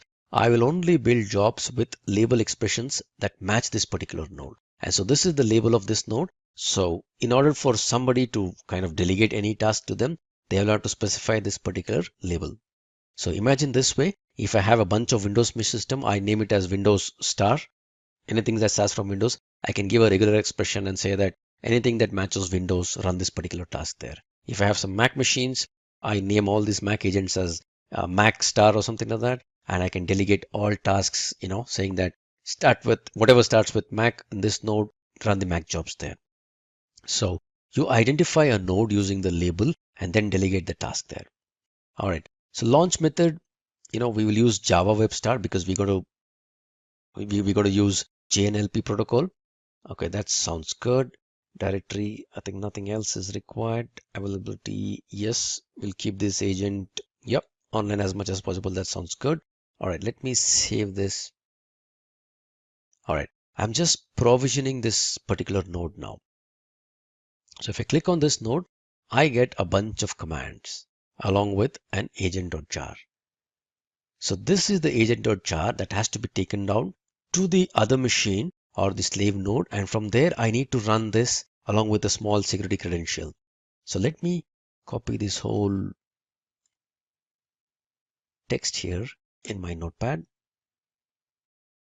Notepad plus plus is good for me. Okay, I copy this whole path there. I also want to download this agent.jar. I would say yes. And this agent.jar is the one that is configured by our server. So all the details that is required for launching this agent.jar is found in this. For launching this agent is found in this agent.jar. So typically I need to take this jar file onto the other system and then kind of run it from there. So I have this agent.jar.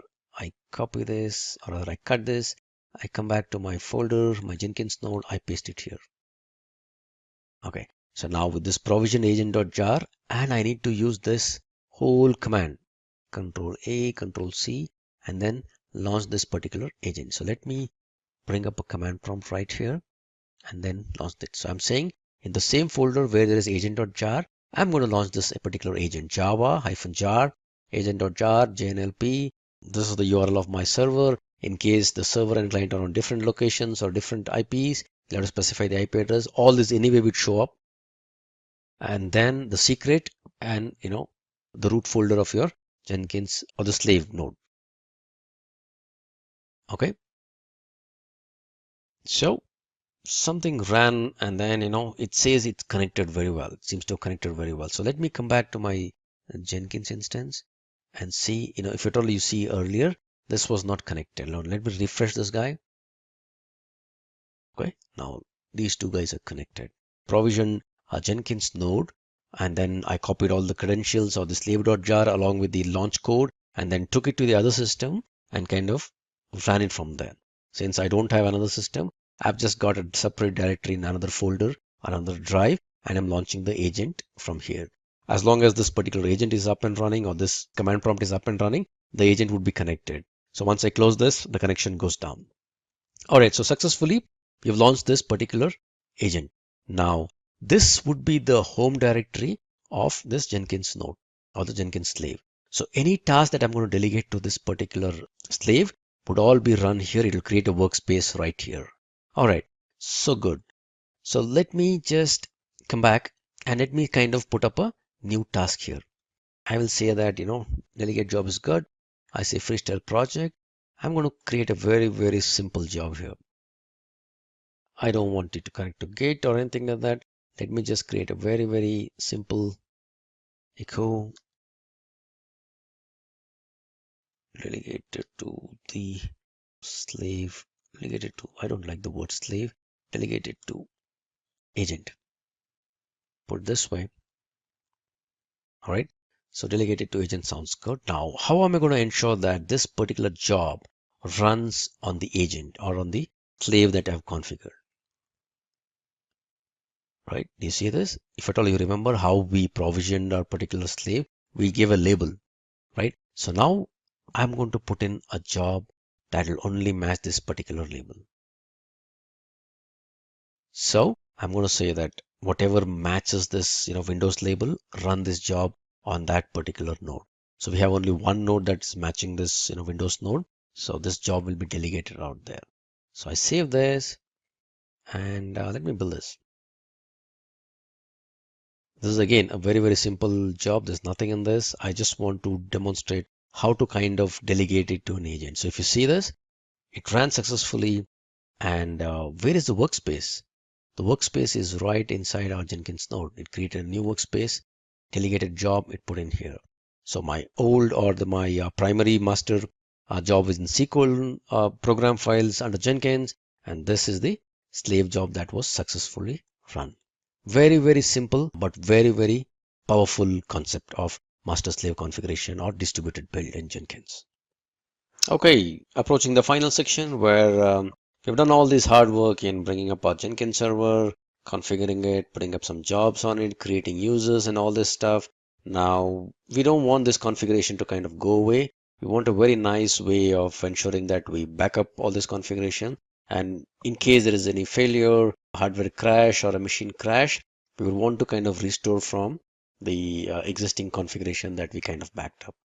So one quick way to do that would be, or one dirty way to do that would be just, take a complete backup of our C program files Jenkins directory, because that's where our whole Jenkins configuration is present. But we don't want to do that. Let's use some plugins for taking up a backup. So let me go to Manage Jenkins and click on Available.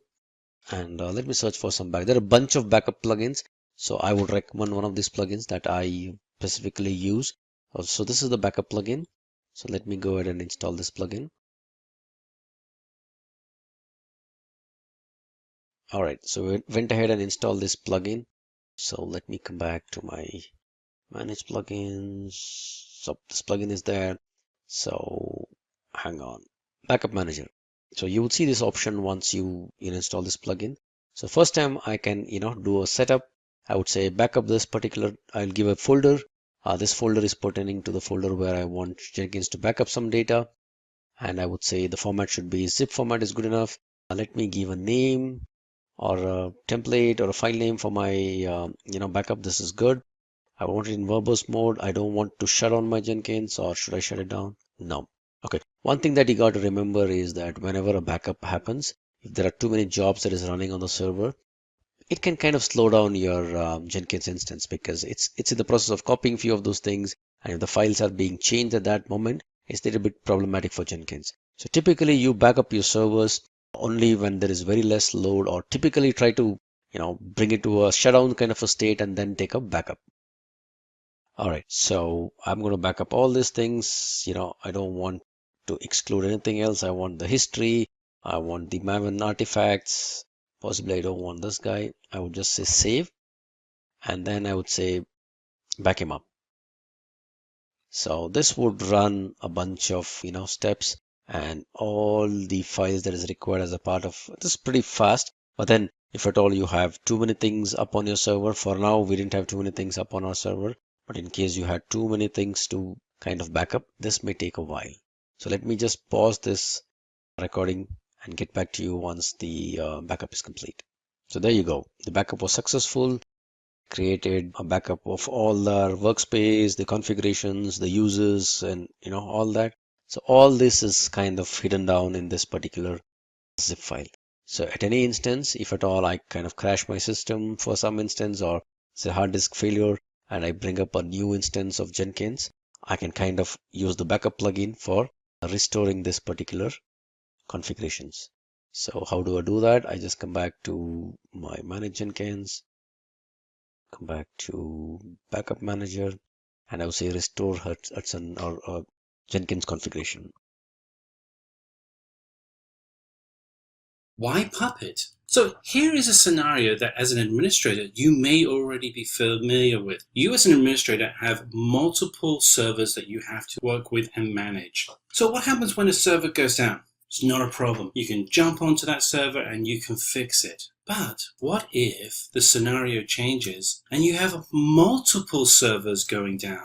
So here is where Puppet shows its strength. With Puppet, all you have to do is write a simple script that can be written with Ruby and write out and deploy to the servers your settings for each of those servers. The code gets pushed out to the servers that are having problems, and then you can choose to either roll back to those servers to their previous working states, or set them to a new state and do all of this in a matter of seconds. And it doesn't matter how large your server environment is, you can reach to all of these servers. Your environment is secure, you're able to deploy your software, and you're able to do this all through infrastructure as code, which is the advanced DevOps model for building out solutions. So let's dig deeper into what Puppet actually is. So Puppet is a configuration management tool. Maybe similar tools like Chef that you may already be familiar with. It ensures that all your systems are configured to a desired and predictable state. Puppet can also be used as a deployment tool for software.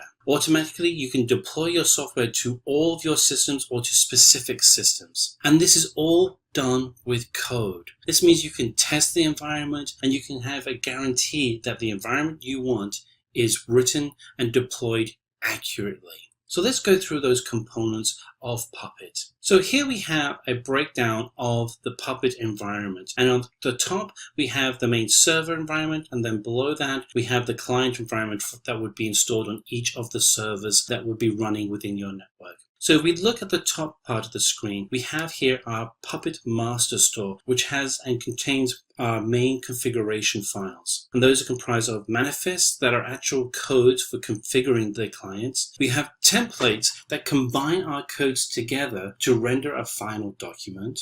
And you have files that will be deployed as content that could be potentially downloaded by the clients. Wrapping this all together is a module of manifest templates and files. You would apply a certificate of authority to sign the actual documents so that the clients actually know that they're receiving the appropriate and authorized modules. Outside of the master server where you'd create your manifest, templates, and files, you would have Puppet Client is a piece of software that is used to configure a specific machine. There are two parts to the client. One is the agent that constantly interacts with the master server to ensure that the certificates are being updated appropriately. And then you have the factor, that the current state of the client that is used and communicated back to through the agent. So let's step through the workings of Puppet. So the Puppet environment is a master-slave architecture. The clients themselves are distributed across your network, and they are constantly communicating back to a master server environment where you have your Puppet modules. The client agent sends a certificate with the ID of that server back to the master. And then the master will then sign that certificate and send it back to the client. And this authentication allows for a secure and verifiable communication between client and master. The factor then collects the state of the client and sends that to the master. Based on the facts sent back, the master then compiles manifests into the catalogs, and those catalogs are sent back to the clients, and an agent on the client will then initiate the catalog. A report is generated by the client that describes any changes that have been made and sends that back to the master, with the goal here of ensuring that the master has full understanding of the hardware running software in your network. This process is repeated at regular intervals, ensuring all client systems are up to date. So let's have a look at companies that are using Puppet today. There are a number of companies that have adopted Puppet as a way to manage their infrastructure. So companies that are using Puppet today include Spotify, Google, AT&T. So why are these companies choosing to use Puppet as their main configuration management tool? And the answer can be seen if we look at a specific company. Staples. So Staples chose to take and use Puppet for their configuration management tool and use it within their own private cloud. The results were dramatic. The amount of time that the IT organization was able to save in deploying and managing their infrastructure through using Puppet enabled them to open up time to allow them to experiment with other and new projects and assignments, a real tangible benefit to a company. So let's look at how you write a manifest in Puppet. So manifests are designed for writing out in code how you would configure a specific node in your server environment. The manifests are compiled into catalogs, which are then executed on the client. Each of the manifests are written in the language of Ruby with a .pp extension. And if we step through the 5 key steps for writing a manifest, they are: 1. Create your manifest, and that is written by the system administrator. 2. Compile your manifest, and it's compiled into a catalog. 3. Deploy. The catalog is then deployed onto the clients. 4. Execute. The catalogs are run on the client by the agent. And then 5. End. Clients are configured to a specific and desired state. If we actually look into how a manifest is written, it's written with a very common syntax. If you've done any work with Ruby or really configuration of systems in the past, this may look very familiar to you. So we break out the work that we have here. You start off with a package, file, or service as your resource type, and then you give it a name, and then you look at the features that need to be set, such as IP address. Then you're actually looking to have a command written, such as present or start. The manifest can contain multiple resource types. If we continue to write our manifest in Puppet, the default keyword applies a manifest to all clients. So an example would be to create a file path that creates a folder called sample in a main folder called etc. The specified content is written into a file that is then posted into that folder. And then we're going to say we want to be able to trigger an Apache service and then ensure that that Apache service is installed on a node. So we write the manifest and we deploy it to a client machine. On that client machine, a new folder will be created with a file in that folder, and an Apache server will be installed. You can do this to any machine and you'll have exactly the same results on those machines. This is Anjali from Simplilearn, and today I'll be showing you the installation procedure for the configuration management tool Puppet. So what exactly is the use of Puppet? If you consider the scenario of an organization which has a very large infrastructure, it's required that all the systems and servers in this infrastructure is continuously maintained at a desired state. This is where Puppet comes in. Puppet automates this entire procedure, thus reducing the manual work. So before we move on to the demo, let me tell you what the architecture of Puppet looks like. So Puppet has two main components. You have the Puppet master and the Puppet client. The Puppet master is where you write the configuration files and store them, and the Puppet client are basically those client machines which require the configuration. In case of Puppet, these configuration files that you write are called manifests. So let's move on to the demo. So here are my two machines. The first is the server system, which is basically your master where you'll write your configuration files, and the other is the node or the client system. So let's have a look at both of these machines. This is my node system. The terminal is open here, and the terminal has a black background with white text. And as of my server or the master machine, it has a black background with green text.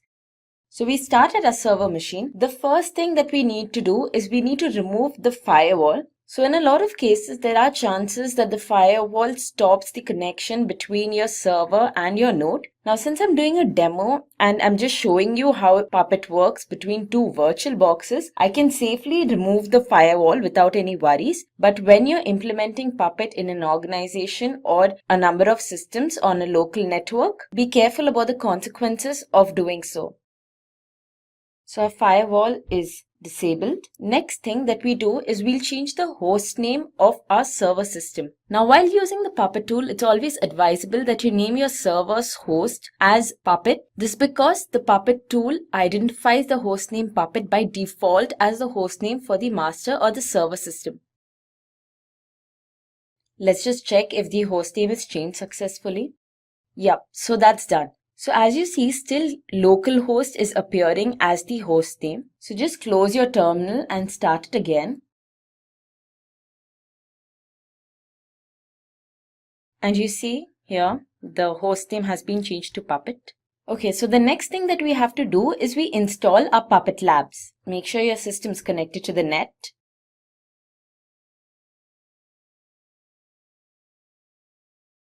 Right, so Puppet Labs is installed. Next, we need to install the Puppet server service on our server system.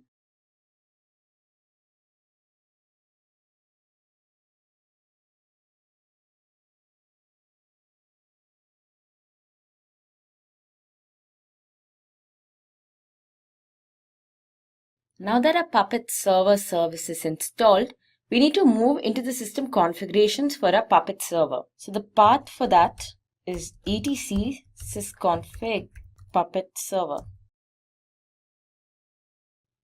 So this is a configuration file for the Puppet server. Now if you come down to this line, now this line here, this is the line which allocates memory for your Puppet server. Now you must remember that Puppet is a very resource extensive tool. So just in case, to ensure that we do not encounter any errors because of out of memory, we will reduce these sizes. So as of now, we have 2 GB allocated by default. We'll change this to 512 MB.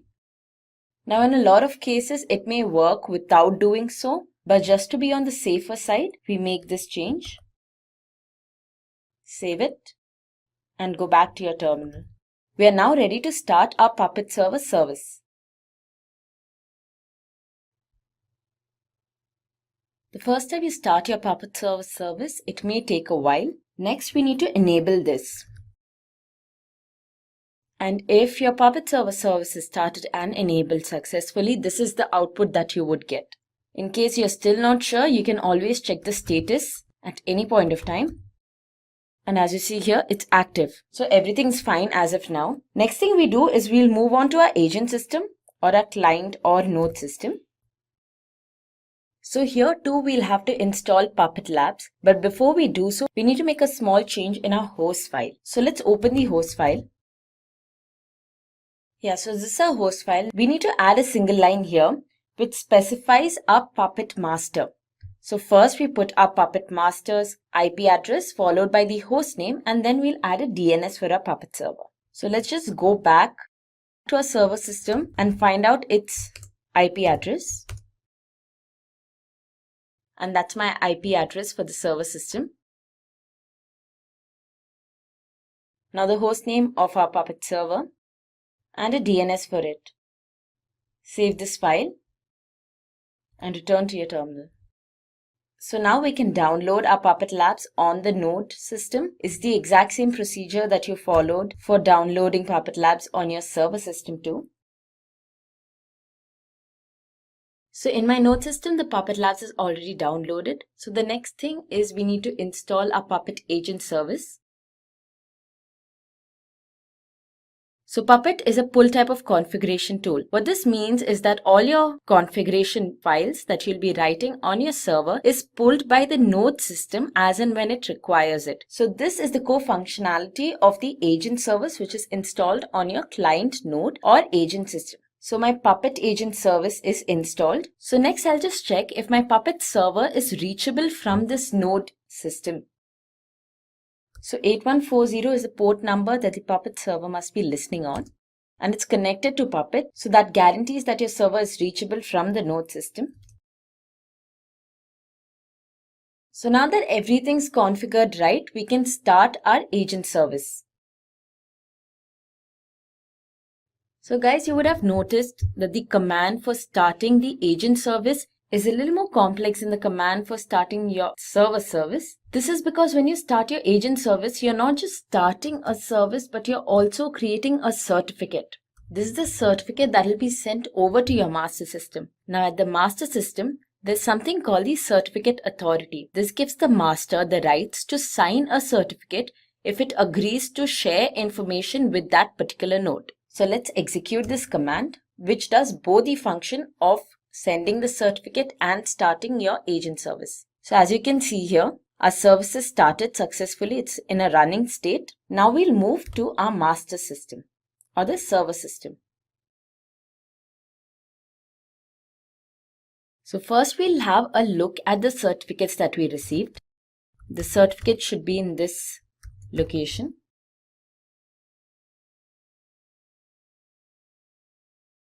So as you can see here, this is the certificate that we just received from our agent service. So this here within quotes is the name of our certificate. So next, when we are signing the certificate, this is the name we'll provide to specify that this is the particular certificate that we want to sign. So the minute we sign a certificate, the node that sends the certificate gets a notification that the master has accepted your request. So after this, we can begin sharing our manifest files. Now here's the command for signing this certificate.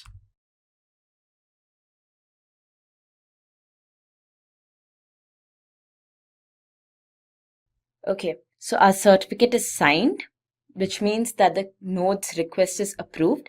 And the minute the certificate is signed, the request is removed from this list. So now if we execute the same command as we did to check the list of all the certificates, we will not find this certificate anymore. Let's just check that. So as you see, now there are no more requests pending because we have accepted all the requests.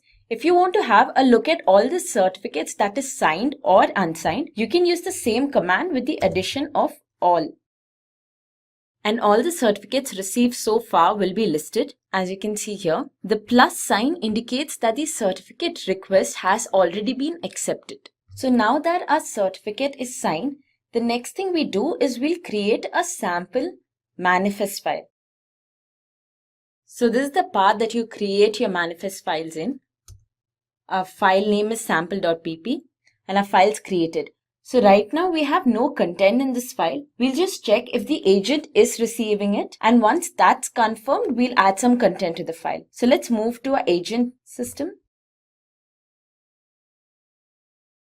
Now this is the command to execute at the agent system to pull your configuration files. So our catalog is applied in 0.02 seconds. So now that the communication between our agent system and our master system is working perfectly fine, let's add some content to the previous placeholder file that we created on our master system. So now we open the same file in an editor. Okay, so we are going to write a code for installing the HTTPD package on our node system, which is basically a Apache service. Node, and then within quotes, insert the host name of your node system. So my node system's host name is client. The package you wish to install, which in our case is HTTPD, and the action to be performed. And that's it. A very small and simple code. Save this file. Now let's go back to our node system and let's pull this second version of the same configuration file. So every time you execute this command, as we did previously too, what happens is that the agent service basically checks on your master system if there's any new configuration file added or if there's any change to the previous configuration file made. If so, then the catalog is applied once again. So now our catalog is applied in 1.55 seconds. So now to check if our catalog served its purpose, let's just open our browser. Just type localhost here. And as you can see, if your HTTPD package has been successfully installed, the Apache testing page will appear here. So we come to an end of our installation and configuration of the configuration management tool, Puppet. Now let's have a look at the pricing model for Puppet. The most popular version and the most widely used version is Puppet open source. So it's freely available, and there are packages available on app.puppetlabs.com or yum.puppetlabs.com. And these are free to install and free for life. The only downside is you don't get any support and you have to update it manually. The enterprise version is available for a price depending on the size of your organization, and you have to get a quote from Puppet Labs. The enterprise version has extra features, but they're only required for an interface class setup. Looking at the architecture, Puppet is pretty much a client-server architecture. The clients communicate with the Puppet server or SSL. So you need to have self-signed SSL certificates because obviously you're not going to buy certificates for your internal communication. The certificate is signed by the Puppet Server Certificate Authority. So Puppet internally packs a certificate authority, now which you can utilize to sign certificates from the client. So when the initial installation takes place, you have to sign all of your clients. You can set Puppet on auto-signing mode, but that's not really safe. On the client side, you've got the agent running all the Puppet clients and factors. So factor is an information collector that sends information from all the clients to the server. Puppet agent is the agent that communicates continuously with the Puppet server. You can set up an interval for communication of the Puppet agent with the server. On the server side, you've got a lot of things. You've got environments, so you can have multiple environments managed by a single Puppet server. Those are basically defined on a directory layer, and you've got the etc Puppet Labs environments folder where you can define environments. You've got inbuilt certificate authority, which allows you to have a signing authority, which signs all the certificates of the clients, only after which the clients can talk to the Puppet server. You have manifests, templates, modules, and files, which we will talk about in the next slide. Now basically, the manifest is the actual code which configures the client. The modules are full-fledged bundles, which include manifests, templates, and files. Templates are configuration files which are created on the fly based on the client configuration. So let's say there's an Apache server you want to configure. The Apache.coms will be saved as a template inside the module. Then there are files which are static files. Say you want to serve out the index.html as a static file. On your Apache servers, you can store that inside the files folder inside your module. Now let's have a look at the Puppet community. The Puppet community is a rich community of a lot of people. Officially, there is no count. But counting the various channels where people collaborate, there are a little over 2,900 committers to GitHub projects who are directly or indirectly associated with Puppet Labs. There are 4,893 modules on the official Puppet Forge. These include modules from the Puppet Labs and also from open source contributors to GitHub. So that's nearly 5,000 modules of ready-made code available on the Puppet Forge. So before you write any code for Puppet, you can check to see if it's already been written by someone. Now there's a mailing list which has 6,588 participants. Apart from this, on Slack Overflow you have a big tag of Puppet Labs in Puppet, which gives you a list of only Puppet questions. That's a good playground for you to interact with people who are already using Puppet and who are contributing and helping others. Now let's have a look at Puppet Forge. So Puppet Forge is a GitHub client for a repository which is hosted by Puppet Labs. It has almost 5,000 modules of Puppet code. So these are both Puppet Labs and community contributed. The best thing about this is that they're easy to customize. So when you have a requirement for anything you're doing with your infrastructure, you can just grab one of those 5,000 modules, and then you can customize it according to your needs. One of the other benefits is they have built-in tests, so they follow all of the best practices. Now, if you write your own module, you also have to write your own tests, and you have to spend extra time writing best practice code. All of that has been taken care of, and you can just download any one of those and customize it according to your needs, and you're good to go. So that's the benefit you get from such a large community, where people contribute to the modules and the code and share with the community. Puppet DSL. Puppet DSL is a Puppet domain-specific language. It's the Puppet's primary programming language. It's just like plain English, and you don't really need to be a programmer to write code in it. It's kind of a subchild of Ruby because it approaches and uses is equal to and greater than marks to define things, so it's very easy to learn. You can specify packages that you want to install. You can specify services to be managed. You can do things based on the operating system that you have. So we'll be writing a small Puppet module which will be using this Puppet DSL. We will do that after we install the Puppet server and the client. And then we will write a simple Puppet module to show how to use the Puppet DSL. Let's have a look at the demo we are going to do. So you will be setting up the machines using sudo DNS because we want to have a resolvable DNS. Because only by having a resolvable DNS can we use Puppet, because Puppet uses the SSL certificates. Now we'll be installing the Puppet server and the client. We'll be signing the certificates of the client on the server side. And then we'll proceed with writing an NTP module, which we'll be using for installation of NTP on the client. And then we'll look at the Puppet programming language, or DSL. Now, we are going to look at a demo here. So we will be setting up the machines. We'll set up a sudo DNS locally because Puppet requires a fully qualified domain name in order to run, since there is a certificate communication taking place here. We will be installing the Puppet server, the Puppet client. We'll be signing the certificate, and finally we will write an NTP module and make it run.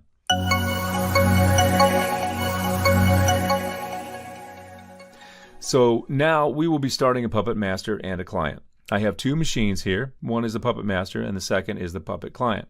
The Puppet master has got almost 4 gig of RAM and 4 vCPUs, which I can show you here. Because it's a Ruby on Rails application, it requires a lot of CPU and RAM. For the client, I don't need that much RAM and CPU, so I've allotted 1 gigabyte of RAM and 1 vCPU. I will start both of these machines and find out the IP addresses. Right-click, normal start.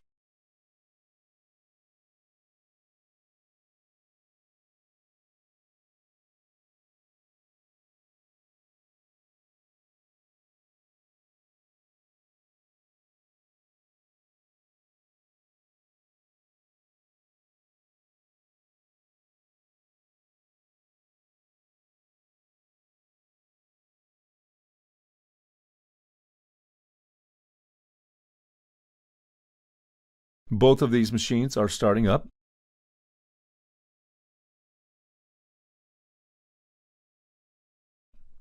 The Puppet client has started up, and the first thing I'll do is log in using root and Red Hat password, and then I will change the host name. So I'll say vim etc host name. This will open a hostname file in a text editor, which is vim. Then we'll do a dd, which will delete that existing host name.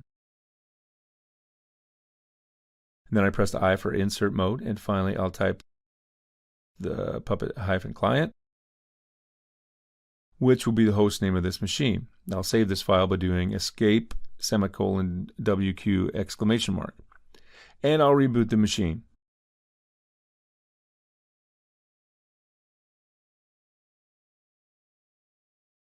Similarly, going to the Puppet Master, I'll say root Red Hat.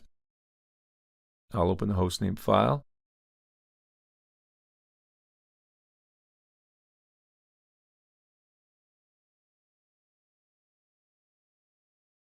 Say dd, then I'll say puppet-master. I'll save this file and reboot the machine for the hostname change to take effect. The hostname change does not take effect unless you reboot the machine.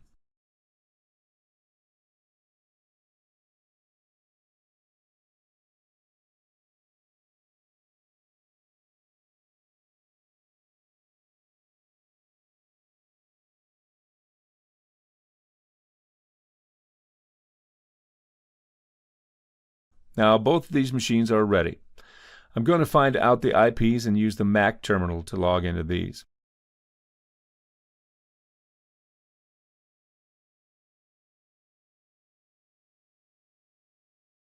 So this is 23 and 21. So 23 is my server and 21 is my client.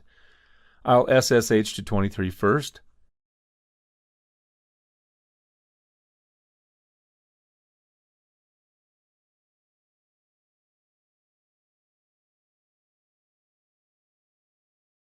Now, in order for the Puppet Master to be installed, I need a fully qualified domain name here and a fake DNS, which means a fully resolvable DNS name. So if I do host name here, you see my host name is Puppet Master. In order to set up a fake DNS, I need to go to the etc host file, go to the end, then I say IP address, host name local, then space host name. Now, this is one of the techniques which makes the Linux server believe that there's a fully qualified domain name on this machine. I'll save this. Then I do a host name -f. You see it has a fully qualified domain name now. So now we will be downloading the Puppet Labs repository for Ubuntu 16.04, which is Xennial. So I'll say curl -0 https apt.puppetlabs.com /puppetlabs-release -pc1 -xennial.deb.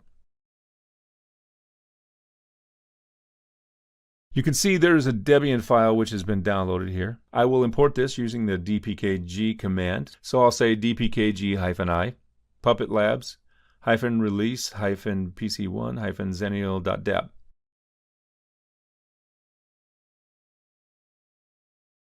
And then I'll say apt-get update, which will update my apt package indexes on this machine.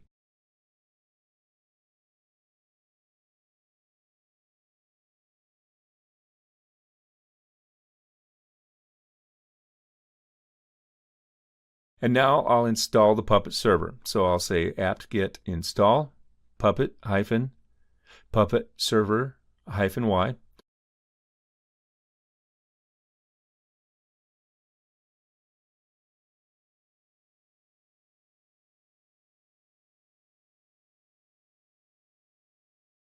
So the Puppet server is now installed, and we will be configuring the memory allocation for the Puppet server. So I'll say etc default Puppet server. So by default, it has only got 2 GB allocated. We'll give it 3 GB because it's JVM. I'll make this 3, and I'll change this to 3 as well. And I'll save this file. I'll make sure the unconfigured firewall allows port 8140, which is the Puppet Lab Puppet server port. The rules have been updated to allow that. I'll now start the Puppet server. So I'll say systemctl start Puppet server.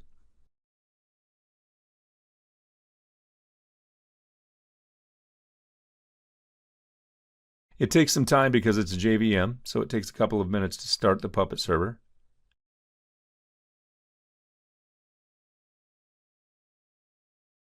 So the Puppet server is now running. I'll also enable it at boot time. So I'll say systemctl enable Puppet to server. It will enable at boot time. Now I also need to configure a fully qualified domain name here. So I'll do that by going into the hosts file.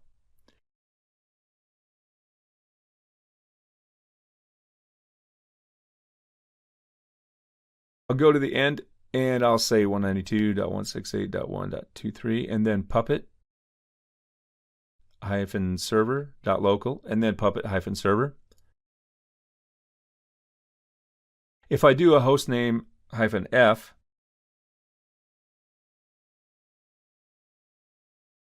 put -master.local because the current hostname is puppet-master. So the trick is to have the hostname.local in front of the IP address in the host file. Having a fully qualified domain name now we will go to the client setup. The client setup is almost the same with just a small difference. The package which we need to install on the client is Puppet Agent. So we will go to the client. So you see this has got a host name. Now we also need to set up the fake DNS here. So I'll copy this host name, open the host line, go to the end, write the IP address, and then .local, and then host name again. So this will give me a fully qualified domain name. So when I do a host name, it says puppet-client. When I do a host name -f, it says puppet client local. To install the Puppet agent on this machine, I will need to download the Xenio packages. So I'll say wget https apt.puppetlabs.com/puppetlabs -release -pc1 -xenio.deb. I'll download this, and then I'll say dpkg-i puppetlabs-release -pc1 -xenio.deb. So this is the repository package which I'll be downloading here. And then I'll say apt-get update-y. This will update my apt caches on this machine. And now I'll finally install the Puppet agent.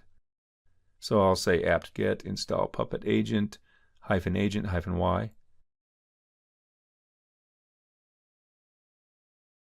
Now the Puppet agent is here. I'll start the Puppet agent and I'll enable it at boot time. So I'll say system control, start Puppet, then system control, enable Puppet. Now Puppet is enabled. Now we have set up the fully qualified domain name on the client and the server, but each of them should know each other. So we'll have to do a cross-certificate host mapping. So we will be copying the host file entry of the client and adding it to the server. So I'll go to the etc hosts on the server side. Go to the end, paste it there. Okay, and I'll be adding the entry of the master on the client side.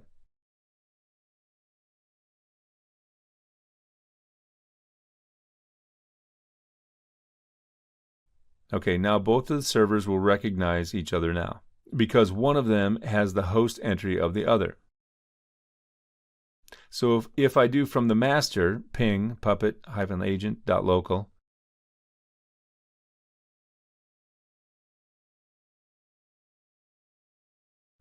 if I ping the agent from the server,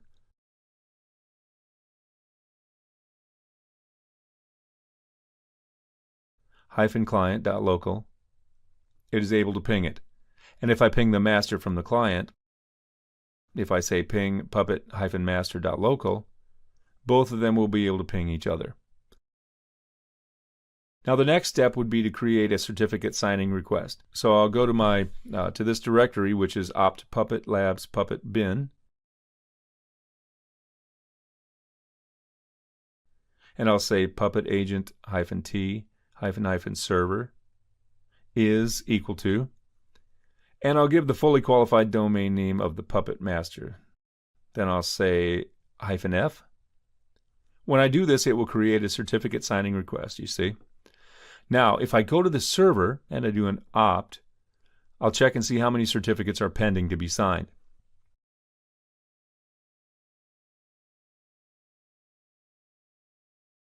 You'll see there is a Puppet client certificate which is pending to be signed, which is denoted by the absence of a plus sign here. I'll be signing the certificate, so I'll say Puppet cert sign and then the name. So puppet-client.local, this will sign the certificates. And when I go to the server on the client side, if I run the Puppet agent again, you see it's actually pulling down the catalog. As of now, it has an empty catalog. That says there is nothing. Now we have configured the Puppet agent and the master. Now we will be taking a module from Puppet Forge. Puppet Forge is a big collection of open source modules which are free to use.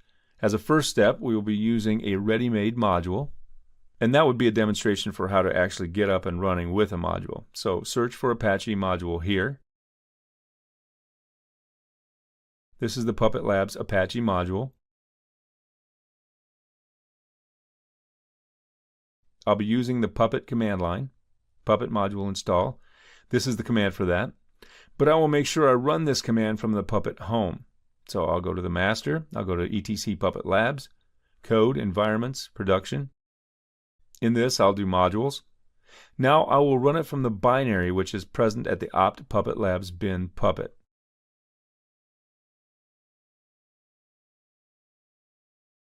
And then module install. Puppet Labs-Apache, and then this version. So we are specifying the latest version, and I'll hit enter. When I press enter, it starts downloading from the Forge API.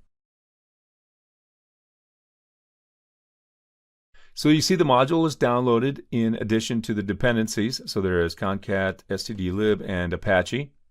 So now I'll go to a folder here which is one level up called manifests. So this is the file here, etc Puppet Labs code environments production manifests.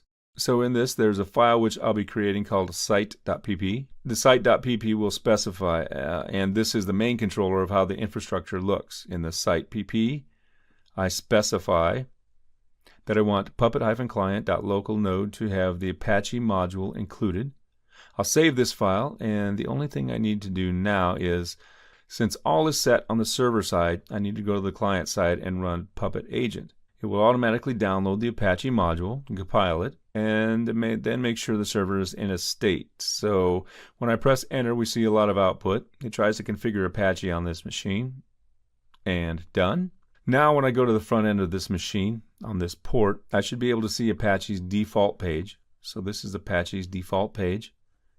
So the module which we downloaded from the Forge was actually written in a way that Apache would be installed and run at boot time. So that is why it is running here. And that is all we have from the Puppet module.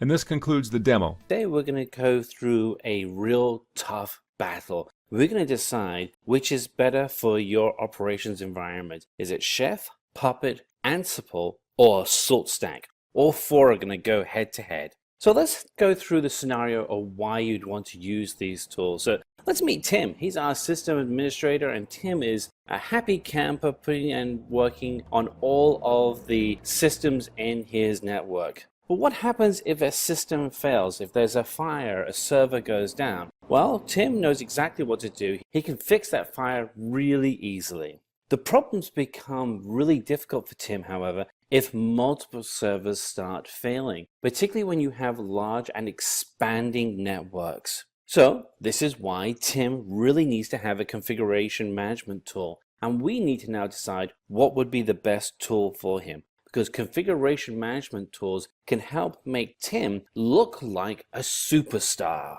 All he has to do is configure the right codes that allows him to push out the instructions on how to set up each of the servers quickly, effectively, and at scale.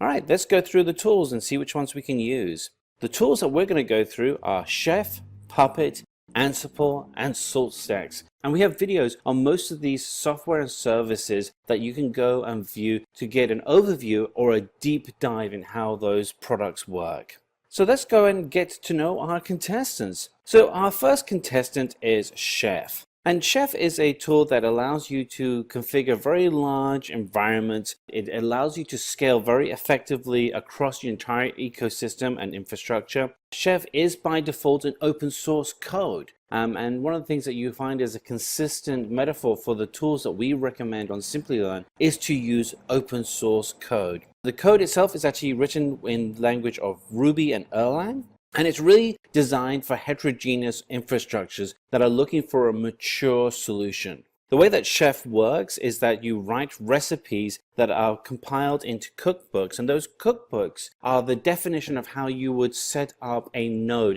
And a node is a selection of servers that you have configured in a specific way. So for instance, you may have Apache Linux servers running, or you may have a MySQL server running, or you may have a Python server running. And Chef is able to communicate back and forth between the nodes to understand what nodes are being impacted and need to have instructions sent out to them to correct that impact. You can also send instructions from the server to the nodes to make a significant update or a minor update. So there's great communication going back and forth. If we look at the pros and cons, the pros for Chef is that there is a significant following for Chef, and that has resulted in a very large collection of recipes that allow you to be able to quickly stand up environments. There's no need for you to have to learn complex recipes. The first thing you should do is go out and find the recipes that are available. It integrates with Git really well and provides for really good, strong version control.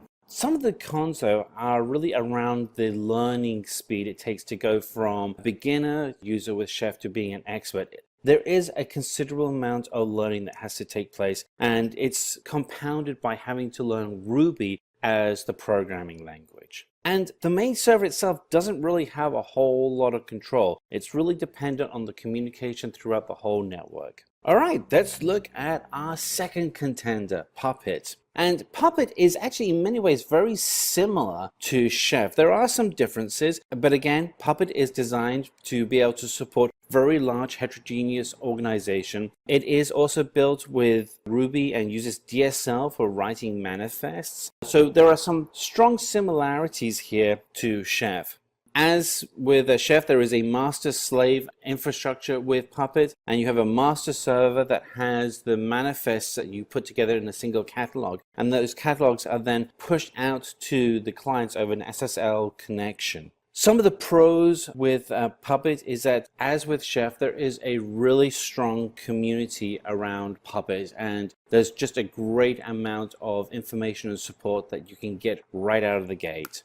It is a very well developed reporting mechanism that makes it easier for you as an administrator to be able to understand your infrastructure. One of the cons is that you have to really be good at learning Ruby again, as with Chef. The more advanced tasks really need to have those Ruby skills. And as with Chef, the server also doesn't have much control. So let's look at our third contender here, Ansible. And so Ansible is slightly different. The way that Ansible works is that it actually just pushes out the instructions to the server environment. There isn't a client server or master slave environment where Ansible would be communicating backwards and forwards with its infrastructure. It is merely going to push that instructions out.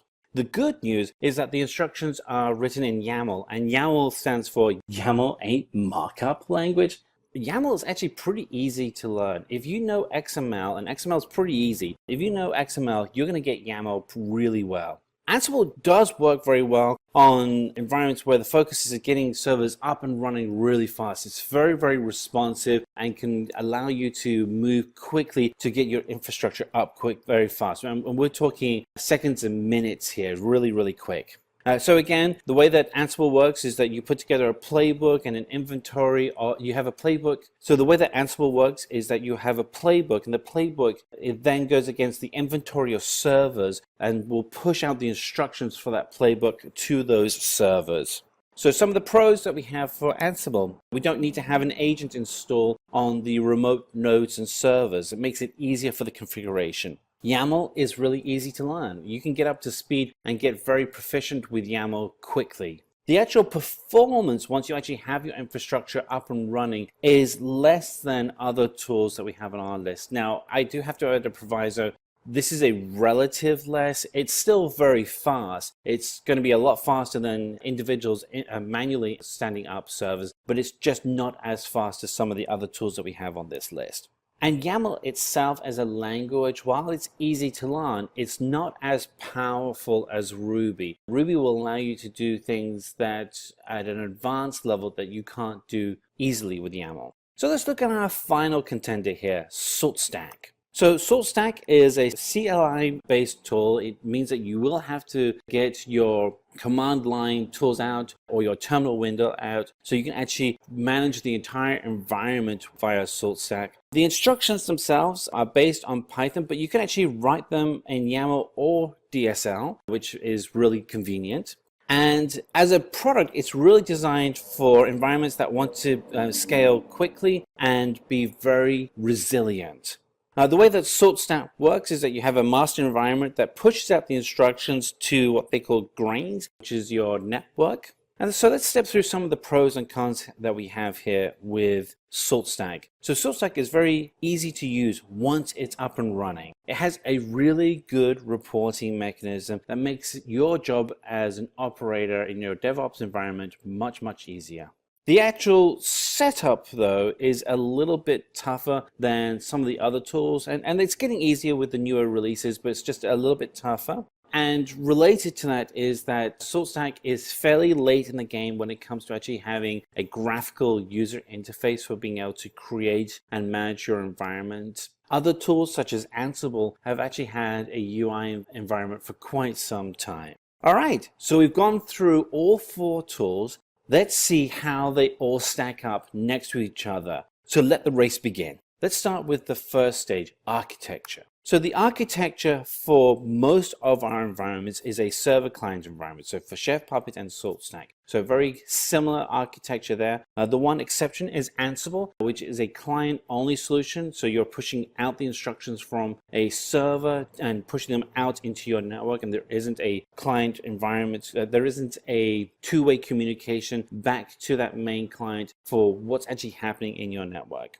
So let's talk about the next stage, ease of setup. So if we look at the 4 tools, there is one tool that really stands out for ease of setup, and that is Ansible. It is going to be the easiest tool for you to set up. And if you're new to having these types of tools in your environment, you may want to start with Ansible just to try out and see how easy it is to create automated configuration before looking at other tools. Now, and so with that said, Chef, Puppet, and SaltStack aren't that hard to set up either. And you'll find there's actually some great instructions on how to do that setup in the online community. Let's talk about the languages that you can use in your configuration. So we have 2 different types of language, with both Chef and Ansible being procedural in that they actually specify how you're actually supposed to do the task in your instructions. With Puppet and SaltStack, it's declarative, where you specify only what to do in the instructions. Let's talk about scalability. Which tools scale the most effectively? And as you can imagine, all of these tools are designed for scalability. That is the driver for these kind of tools. You want them to be able to scale to massive organizations. What do the management tools look like for our 4 contenders? So again, we have a 2-way split. With Ansible and SaltStack, the management tools are really easy to use. You're going to love using them. They're just fantastic to use. With Puppet and Chef, the management tools are much harder to learn, and they do require that you learn some either the Puppet DSL or the Ruby DSL to be able to be a true master in that environment. But what does interoperability look like? Again, as you'd imagine, with the similar to scalability, interoperability with these products is very high in all 4 cases. Now, let's talk about cloud availability. This is increasingly becoming more important for organizations as they move rapidly onto cloud services. Well, both Ansible and SaltStack have a big fail here. Neither of them are available in the most popular cloud environments. And Puppet and Chef are actually available in both Amazon and Azure. We've actually just haven't had a chance to update our Chef link here, but Chef is now available on Azure as well as Amazon. So what does communication look like with all of our 4 tools? So the communication is slightly different with them. Chef has its own knife tool, whereas Puppet uses SSL, so Secure Sockets Layer, and Ansible and SaltStack use Secure Socket Hashing, SSH, as their communication tool. Bottom line, all 4 tools are very secure in their communication. So who wins? Well, here's the reality. All 4 tools are very good, and it's really dependent on your capabilities and the type of environment that you're looking to manage that will determine which of these 4 tools you should use. The tools themselves are open source, so go out and experiment with them. There's a lot of videos. Our team has done a ton of videos on these tools, and so feel free to find out other tools that we have and covered so you can learn very quickly how to use them. But consider the requirements that you have and consider the capabilities of your team. If you have Ruby developers or you have someone on your team that knows Ruby, your ability to choose a broader set of tools becomes much more interesting. If, however, you're new to coding, then you may want to consider YAML-based tools. Again, the final answer is going to be up to you, and we'll be really interested on what your decision is. Hi guys, welcome to this video on the interview questions of configuration management tools, Chef, Ansible and Puppet. Chef is a configuration management tool written in Ruby and Erlang, which provides continuous deployment, increases system robustness, and provides cloud integration. Ansible is another open source software tool for provisioning configuration management and application deployment. And Puppet is a configuration management tool that can also be used as a deployment tool and implements infrastructure as a code. In this video, we have compiled the most important interview questions of configuration management tools, Chef, Ansible, and Puppet that you might face in a DevOps interview. So without further ado, let's get started. So let's just get into the first section, which is configuration management. So one of the questions that you'll get asked right away is, why do you have SSL certificates used for Chef? Really fundamentally, your immediate answer should be security. SSL provides for a very high level of private security and private and public key pairing. This really is essential to ensure that you have a secure environment throughout your entire network.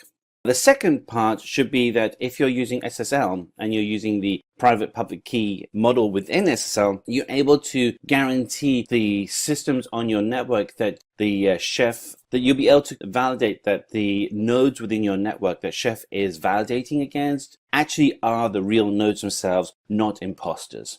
So you will also be asked some questions such as the following. Which of the following commands would you use to stop or disable the HTTP service when the system boots? And you'll typically get 4 responses, and there'll be hashtag systemctl disable httpd.service, or is it system disable http.service, system disable httpd, or the final option, which is systemctl disable httpd.service. Your answer should be the first one, which is hashtag systemctl disable http.service. So Chef comes with a series of tools that allow it to function effectively. And one of the tools that you're going to be asked about is, what is Test Kitchen? And Test Kitchen is essentially a command line tool that allows you to be able to test out your cookbook before you actually deploy it to a real node. So some of the commands that you would use are, for instance, if you want to create an instance of Test Kitchen, you would do kitchen create. If you want to destroy an instance after you created it, you do kitchen destroy. And if you want to be able to combine multiple instances, you would do kitchen converge. So a question you'll get is around Chef is, how does Chef Apply differ from Chef Client? So fundamentally, the difference between them is that Chef Apply will validate the recipe that you're working on, whereas Chef Client looks to apply and validate the entire cookbook that's run in your server environment. So one is focused on the recipe and the other is focused on the entire cookbook. So there are some differences when you're working with different command lines. So for instance, when you're working with Puppet and you're working with one version of Puppet and you want to do, what is the command to sign a requested certificate? The top example here is for Puppet version 2.7, whereas the lower option here is for Puppet version 3. And that's something to bear in mind when you're going through your interview process, is that the tools that are used within a continuous integration, continuous delivery DevOps model do vary. And so you want to be able to talk knowledgeably about the different versions of the tools so that when you're talking to your interviewer, you're able to show the deep knowledge that you have. Which open source or community tools do you use to make Puppet more powerful? And essentially this question is going to be asking you to look beyond the core foundation of Puppet itself. And so the three options you have is being able to track configurations with Jira, which you should be doing anyway, but it's a great way to be able to clearly communicate the work that's being done with Puppet. Version control can be extended with Git. And then the changes should be passed through Jenkins. So the three tools you want to be looking at: integration with Jira, Git, and Jenkins. So what are the resources in Puppet? Well, fundamentally, there are four. The resources are basic units of any configuration management tool. They are the features of the nodes. They are the written catalog and the execution of the catalog on a node. So as we dig deeper into Puppet, one of the things that you are likely to be asked regarding Puppet is, what is a class in Puppet? And so a class in Puppet is really the name blocks in your manifest that contain the various configurations. And this can include services, files, and packages. And we have on the screen here an example of what a class would look like when you write it out. And you may want to memorize just one class. Don't memorize just a whole set of classes. Just memorize one. The person that's interviewing you is just really looking for someone who has a working knowledge. They're not looking for you to have memorized complete massive classes, but having one small class to be able to illustrate the experience you have is extremely valuable to the interviewer, particularly if it's a technical interview. So as we move into Ansible, one of the things that you're going to be asked around Ansible is, what is Ansible role? So a role is an independent block of tasks and variable files and templates embedded inside of the playbook. So the example we have here on the screen actually shows you one role within a playbook. And in this role, it is to install Tomcat on a node. Again, as with previous question within Puppet of a class, it's probably good to have memorized just one or two roles so you can talk knowledgeably about Ansible when you're having your interview. So when you're working with Ansible, when should you be using the curly brackets? And so just as a frame of reference, there's often two different ways that these kind of brackets are referred to. They're either referred to as French brackets or curly brackets. Either way, what you'll be wanting to ask is, when would you use these specific types of brackets within Ansible? And really, the answer comes down to two things. One is that it makes it easier to distinguish strings and undefined variables. And the second is for putting together conditional statements when you are actually using variables. And the example we have here is this prints the value of, and we have foo, and we have to then put in the variable conditional statement of foo is defined as something. So what is the best way to make content reusable and redistributable with Ansible? And there's really essentially three. The first is to include a submodule or another file in your playbook. The second is to import an improvement of an include, which ensures that a file is added only once. And then the third is roles to manage the tasks within the playbook. So a question you will be asked is, provide a differences between Ansible and Puppet. So if we look at Ansible, it's a very easy agentless installation. It's based on Python. You can configure it with YAML, and there are no support for Windows. In contrast, Puppet is an agent-based installation. It's written in Ruby. The configuration files are written in DSL, and it has support on all popular operating systems. So we dig deeper into the actual architecture. Ansible, it has a much more simple architecture, and it's definitely a push-only architecture. In contrast to Puppet, it's a more complicated but more sophisticated architecture where you're able to have a complete environment managed by the Puppet architecture. Now, why exactly Docker is important for us as such? In a city far away from this one, a developer decided to develop a tons of software on a single VM. Now he can put up applications. He is having a big server and he wants to host the multiple applications on a single machine. But for him, these virtual machine got a crash, because definitely if you are putting up more different applications as such on a single VM, it's not able to take up that much kind of load over there. So In order to avoid this situation, how exactly he can do the various options, or what he can implement to have this issue resolved. So ultimately, Docker is something which is the solution of him. So if he really wants to host multiple applications on a single virtual machine, or he want to have different applications, then Docker is the ultimate solution for him to do that.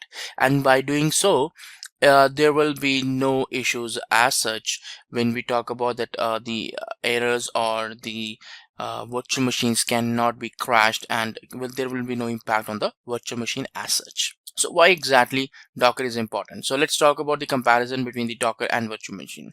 There are very few reasons why exactly the Docker is being chosen over a virtual machine, because virtual machine is a full-fledged component which can take up any kind of load. But some of the reasons are still that in which case we will be preferring the Docker instead of the virtual machine here. The very first one is the memory uses. So Docker is having a very less memory uses because there is no concept of guest operating system, whereas on the other hand, the virtual machines are going to take a huge amount of RAM resources in order to keep that particular operating system up and running.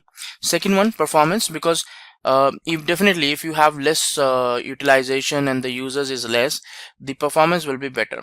But for some reason, if you are taking up more resources, and you will not be able to deliver that amount of performance as such over there. And then again, we have portability. So portability is also quite easy when we talk about the virtual machines. In case of Docker, it's quite portable as compared to the virtual machine. And then the last time is that the boot up time. So virtual machine boot up time is probably in minutes, but in case of Docker, it's in seconds. So if we summarize it on this one, so the memory utilization, the boot up time, the performance, everything is better in case of Docker as compared to the virtual machines, right? For a classic example, let's say that what about the memory user? 9 GB of memory is something. If you can see that app1, app2 and app3 is there. So green and red color represents the occupied memory and the wasted memory. Now there is a particular utilization of, let's say that a server which is available there, and 3 GB of RAM is something which is wasted, and 4 GB of RAM is something which is being occupied there. So app 2 is using like 2 GB, and then you can see that the specific 2 GB of RAM is occupied and 3 GB is occupied, and the wasted one is 1 GB. So VM can see over there that 9 GB of RAM is used, and the remaining 6 GB of unused RAM cannot be reused here, because if, for example, I allocate like 4 GB of RAM to the virtual machine, it's there itself, it gets locked on. So it's not like, okay, I'm using only 4 GB RAM out of this 9 GB of RAM, then the next 5 GB of RAM will be totally wasted. So you cannot reuse it for any purpose. So this is a problem with the virtual machine, that if you allocate some memory to the specific virtual machine, if you are not using that much resources or that much memory, the remaining memory will be simply wasted, because this is hardcorely allocated to the virtual machine, and you cannot utilize this unused memory as such over there. So this is the limitation from the memory perspective. But in case of Docker, definitely if out of the 9 GB of RAM, if we are using only 3 GB of RAM, so whatever the unused memory is there, so we can actually reuse it for the new containers. So it's not dedicatedly allocated to the virtual machines.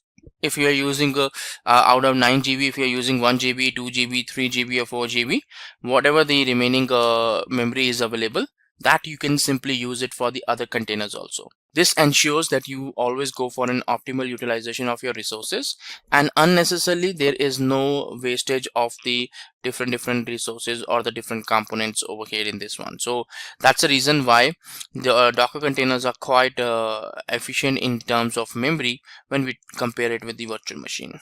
Next one is the performance. Now in a virtual machine, we know that on the infrastructure, on the physical infrastructure, on top of that you put up a kind of operating system, a base operating system is there, and then on top of that you have the hypervisor, and this hypervisor then is used to create the virtual machines, which is having a kind of guest operating system inside it. Now the issue over here is that you have two operating systems over here. So the guest operating system is also going to take some particular resources, and for example memory or a space, a processor. So in every resource terms, it is going to go ahead and say that okay, I'm going to use the particular some of the resources. Now problem is that if you're hosting a very small application, you will end up in having a more consumption, because of this guest operating system will take more of the resources, and then you are just using some very small resources for your application in an real world. So Docker container, on the other hand, does not have a concept of the guest operating system, and that's where what happens, that the Docker engine is more than sufficient to handle the Docker containers, and inside the Docker containers there is the application which is being hosted over there. Now with this one, definitely the performance is quite better as compared to any virtual machine, because of the terms that there is no unnecessarily wastage of the resources. Because in the previous case, virtual machines, a full-fledged guest operating system is up and running, you need some resources to be allocated to that, but in case of containers, you don't need to have that particular functionality implemented. Then portability. So having a portability or moving an application which works on a system A does not mean that it will work on the system B also. This is a similar problem which we face, that usually the application works perfectly fine in a lower environment, and when it goes to the production environment, it sometimes fails and it does not comes up properly. So this is an portability issue which we have when we talk about the virtual machines. But when in case of containers, when we got a container up and running in a lower environment, and once the container is prepared, you don't have to do the changes or modification to that depending on the environment. The same container can be deployed till production environment, and it's very easy. So whatever container prepared in the lower environment in a dev environment, the same will work in production environment without any issues, because it contains all the dependencies and executables, everything inside it. So you don't have to do any kind of modifications or changes to these containers as such over here. And the last one is the boot up time. So the boot up time of the virtual machines is in minutes, and whereas the boot up time of the Docker containers is in seconds or probably in milliseconds. So these are the reason why we consider the virtual machine as an resources based environment. But on the other hand, Docker is something which is quite light and fast as compared to virtual machines. So let's see that what exactly is in Docker all about here. So in this one, you can see we have the physical infrastructure on which we have the host operating system. Now we don't have the hypervisor and the guest operating system. Instead of that, we have the Docker engine, which is taking care of managing the Docker containers, and inside these Docker containers you have the applications and all the required binaries and the libraries here. So there is no concept of the guest operating system. This Docker engine is the person or is the process which is taking care of all the requests which is going on, and if this Docker engine is up and running, then all the containers will also be accessible and will be available.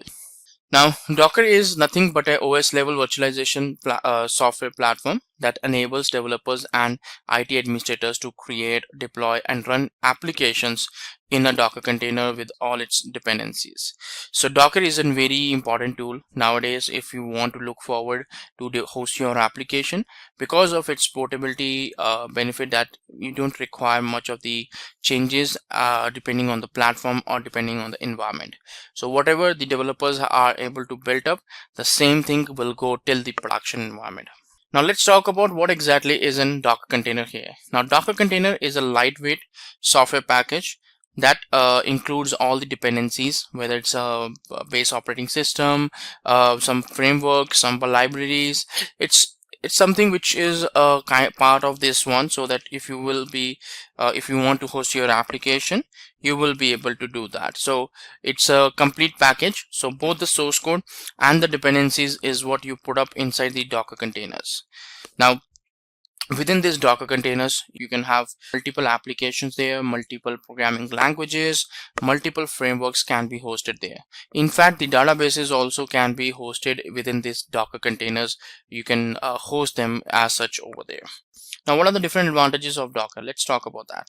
Now, the first one is the rapid deployment. So rapid deployment is the very first advantages which we are getting over here. Second, quick and easy configuration, better efficiency, portability, scalability, and security over here. Now there are different ways in which we can understand the benefits, or we can have the understanding about the Docker here. So these are some couple of benefits. Now let's take take them one by one. The first one is the deployment part. So it supports the rapid deployment. Now, just like a web application, for instance, I want to deploy to website, so there are some couple of steps which needs to be done across different environments. Like for example, if I have 5 environments, I have to do the deployment, the same steps in all the 5 environments at the different period of time. Now when we talk about Docker containers, we don't have to run those steps multiple times, because once those steps are executed in one Docker container, the same Docker container goes till the production environment. So you don't have to actually do a rebuild of the Docker containers, and you can simply say that, okay, I have got the Docker container here, so you can just run one or two couple of commands, and that will help you to host your Docker containers. So you don't have to redo or rework on any kind of the deployment work into the production environment or into the higher environments. And then we goes for the quick and easy configurations. So the configurations of Docker containers is quite easy. You can have your own custom Docker images built out the Docker files. So these processes can be integrated within the Jenkins also. So CI/CD is quite possible with the help of Docker if you want to really do that. And then we have better efficiency. Yes, they have a better efficiency and resources management as compared to the virtual machines. Portability, we have already talked about that it's easy to move from one environment, from one system to another. In fact, it's easy from the developer also. So from one machine, from one developer to another developer, it's very easy to move these different Docker containers. Then we have scalability. Scalability is also possible with these Docker containers. Just like multiple virtual machines, you can also create multiple containers and you can share the traffic out of that. So, but that scalability and all is possible with the orchestration tools.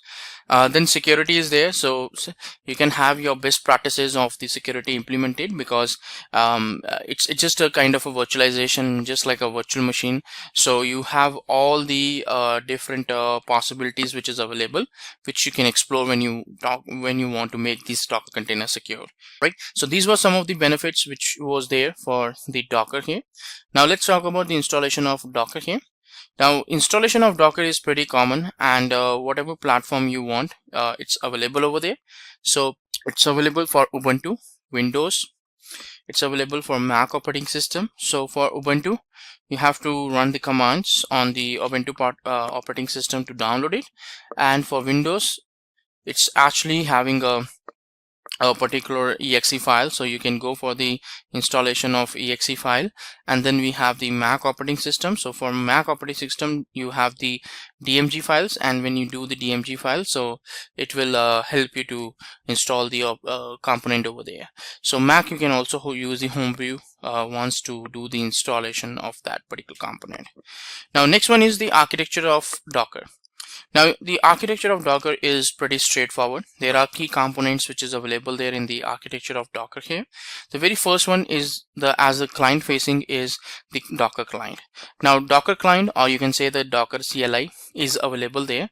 Now this is the component, it's a command line interface which takes up the request from the end user. Like for example, I'm running the command, so it will take all the requests from me as an end user, and it will send those particular things or the requirements to the Docker daemon, to the server, using the REST API interface. So this Docker daemon is something which keeps on running on the server, and it's a background process. It gets deployed as a service there. In case this Docker daemon is not available or it's not up and running, you will not get the proper response from the Docker command line here. So in order to get your activity or your procedures implemented, you need to have the Docker server or Docker daemon up and running. In fact, this Docker CLI can be configured to connect to any other servers or any other different server Docker daemon also. So it's a connectivity which is happening over the REST API interface, where all the requests are processed, are sent to the Docker daemon, and whatever response is coming back, that is given back to the end user. So what are the different components of Docker here? Let's talk about that. So Docker client consists of the CLI component, like we have already discussed. So that is something which is going to take up all the requests from the end user. Then it's using the REST API interface, which is there to have the connectivity with the Docker daemon. So Docker daemon is something which is always up and running. So if you run couple of commands like docker pull, push, and also that activity, you are actually sending the request to the Docker daemon, and Docker daemon is actually doing all the work. So it's not a Docker client which is doing it, just taking its kind of interface which will take the things up and send it back or send it forward to the Docker day. Right, so it's a background process which keeps on running on the server on the operating system, and it's the same process across all the infrastructure, all the different platforms, whether you use Mac operating system, you use Windows, or you use Linux. Everywhere this is the basic functionality, and it keeps on listening to the REST API interface. So whatever the new request comes in, it immediately processes it, and whatever the response, whether you are stopping a container, whether you are running a container, according to that the action will be taken and the response will be sent back to the REST API to the Docker client. So a Docker is a process, or it's a command line which is used to start the Docker daemon. When you run the command like service docker status on the server, you will be able to see the command which is getting executed in the backend. So there you can see that Docker is the process, or is the command line which is used to initialize the Docker daemon. And of course there is a kind of configurations which you have to pass it on as parameters. So even if you run ps-ef command, you will be able to know that what process is running from the Docker perspective. And the third component is a particular Docker registry. So we have a ready-made cloud service which is available, known as the Docker Hub. So you can actually store the Docker images on these Docker registry. So there are a lot of ready-made Docker images which is available there, but of course you can have your own Docker image also over there, or you can have your own custom registry, Docker registries also. For example, in JFrog you can have your private hosted registries also. So all these different repositories you can use with your Docker containers. So Docker containers is having the flexibility that whichever registries or repositories you want to connect, or you want to establish the connectivity, you can always do that. Now let's talk about the Docker image over here in detail. Now a Docker image is nothing but a template of instructions. It's having a couple of instructions in which you will be using these instructions to create a final Docker container. So Docker image is nothing but for example, I want to have a Tomcat Apache Docker image. So what are the instructions I have to do? So the very first thing is that I have to pick up a base operating system. Then on top of that, I will be installing the JDK or some pre-request packages. And then on top of that, we will be configuring onto the Tomcat Apache there. So these are the steps. These are the different instructions, step-by-step procedure, which we are implementing, so that at the end of the activity, we will be able to have a Docker container ready, which we can deploy to host Tomcat Apache. So it's a template which is having all the particular instructions. In order to build a Docker image, you require a file called Dockerfile, which is of course having all these different instructions embedded in that. So when you run the Dockerfile, it acts like a build tool. So whatever the instructions you are putting up over there, all those instructions are getting processed, and you are able to get an end result. Then these Docker images are actually comprised of multiple layers. So multiple layers are available there. So step by step, so you will be first of all having a base layer from which the image starts. On top of that, another layer. For example, you did the installation of JDK, so another layer will be there, and then you did the configuration of the Tomcat Apache, and then another layer will be there. So it's a multi-layered in component which is available, and these layers are in incremental order. So definitely the oldest one will be known as the base layer, and then on top of that, all the latest changes will be done in the latest layers there.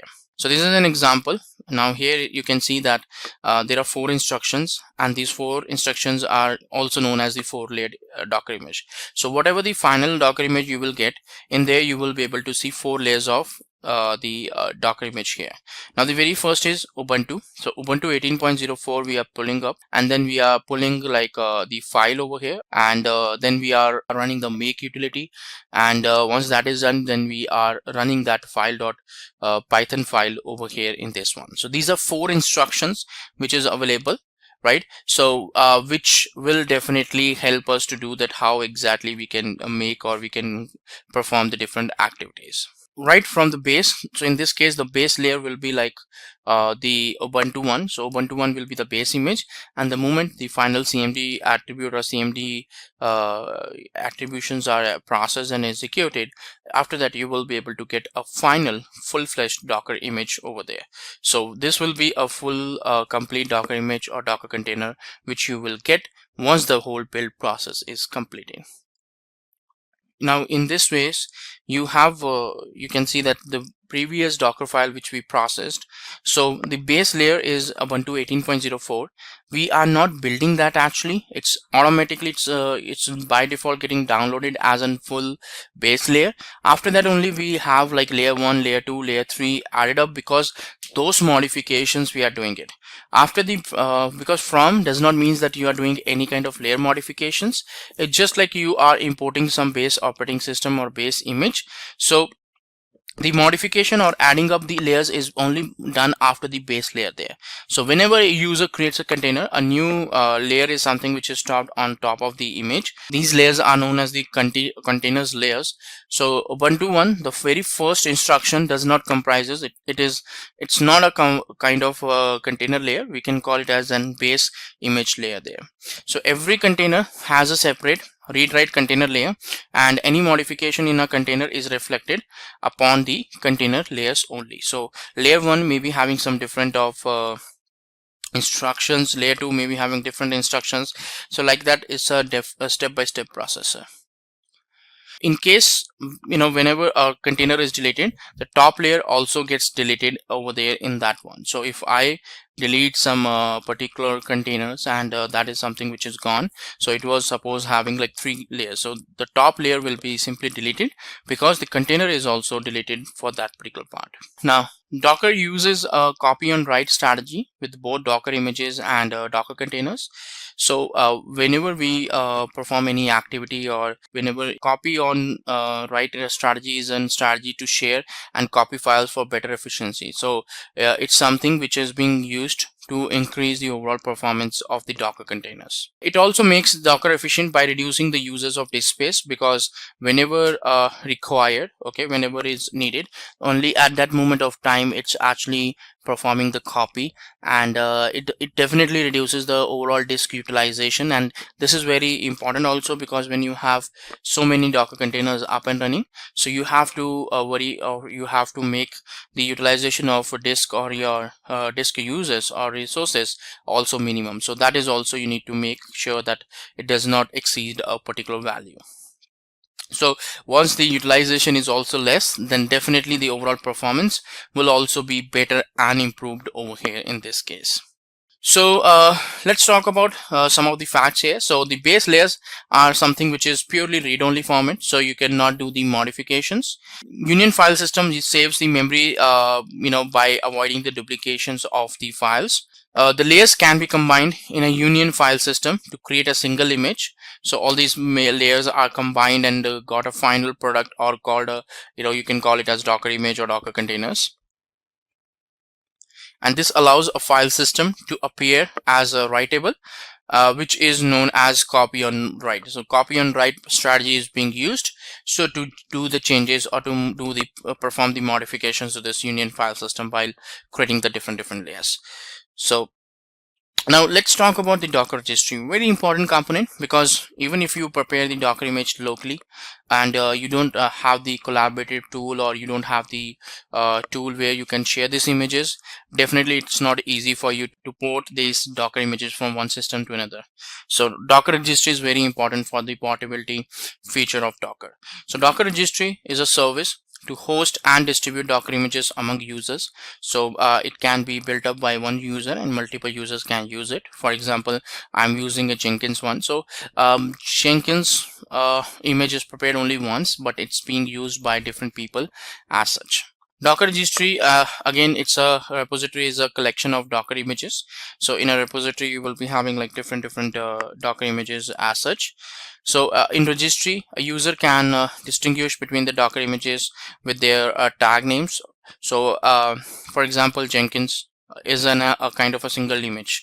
There might be different type of images there. Let's say that, okay, let's talk about Jenkins JDK8. So there will be an image called Jenkins. The name of the image will be same, but the tags will be different. So one tag could be like JDK8, one tag would be like JDK9, and one tag would be JDK10. So the difference between all these three Docker images is that JDK8 one is prepared on JDK8, it's running on JDK8, and if you want to use JDK9, in that case you have to pull down the Docker image of Jenkins with the JDK9 installed. So depending on the frameworks or depending on the runtimes, so with these tags, different tags are processed, so you can have the distinguish between the Docker images, and whichever Docker image you feel you want to use, you can implement according to your requirement.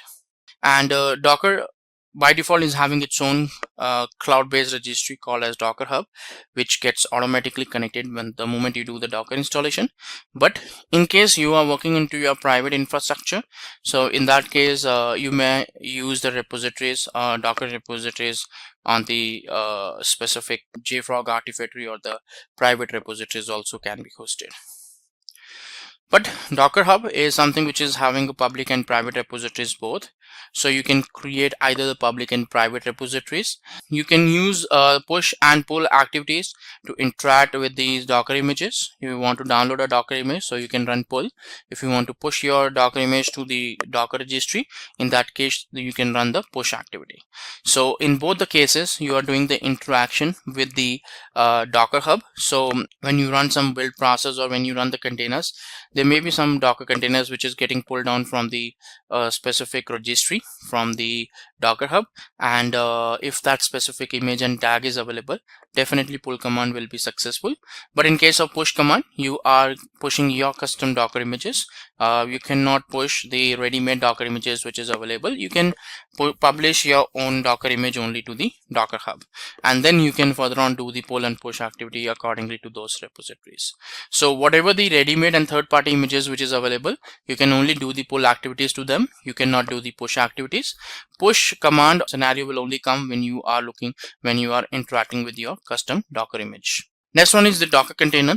Now Docker container is an executable package of an application and its dependencies together. So when we prepare a Docker container, we actually combine both the dependencies and the application source code inside it. So the Docker container don't have to look for the dependencies on the host machine on the server. So this is one of the benefit where we see that the portability is very easy, because whatever I'm building up on one system, everything is inside the Docker container, so I don't really need to do any further activity on other machines. So whatever works on one system can be easily worked on another system. So it's very lightweight also, so it can be easily deployed and executed on on their particular servers, because it does not take that much utilization like a virtual machine. So if you are looking forward for having your application hosted into your local system, you can easily do it within the Docker container. So the utilization is very less as compared to the virtual machine, so you don't have to worry about your host operating system and the configurations. So Docker containers can run in totally isolation, just like a virtual machine. So there is no interaction, or there is no interference.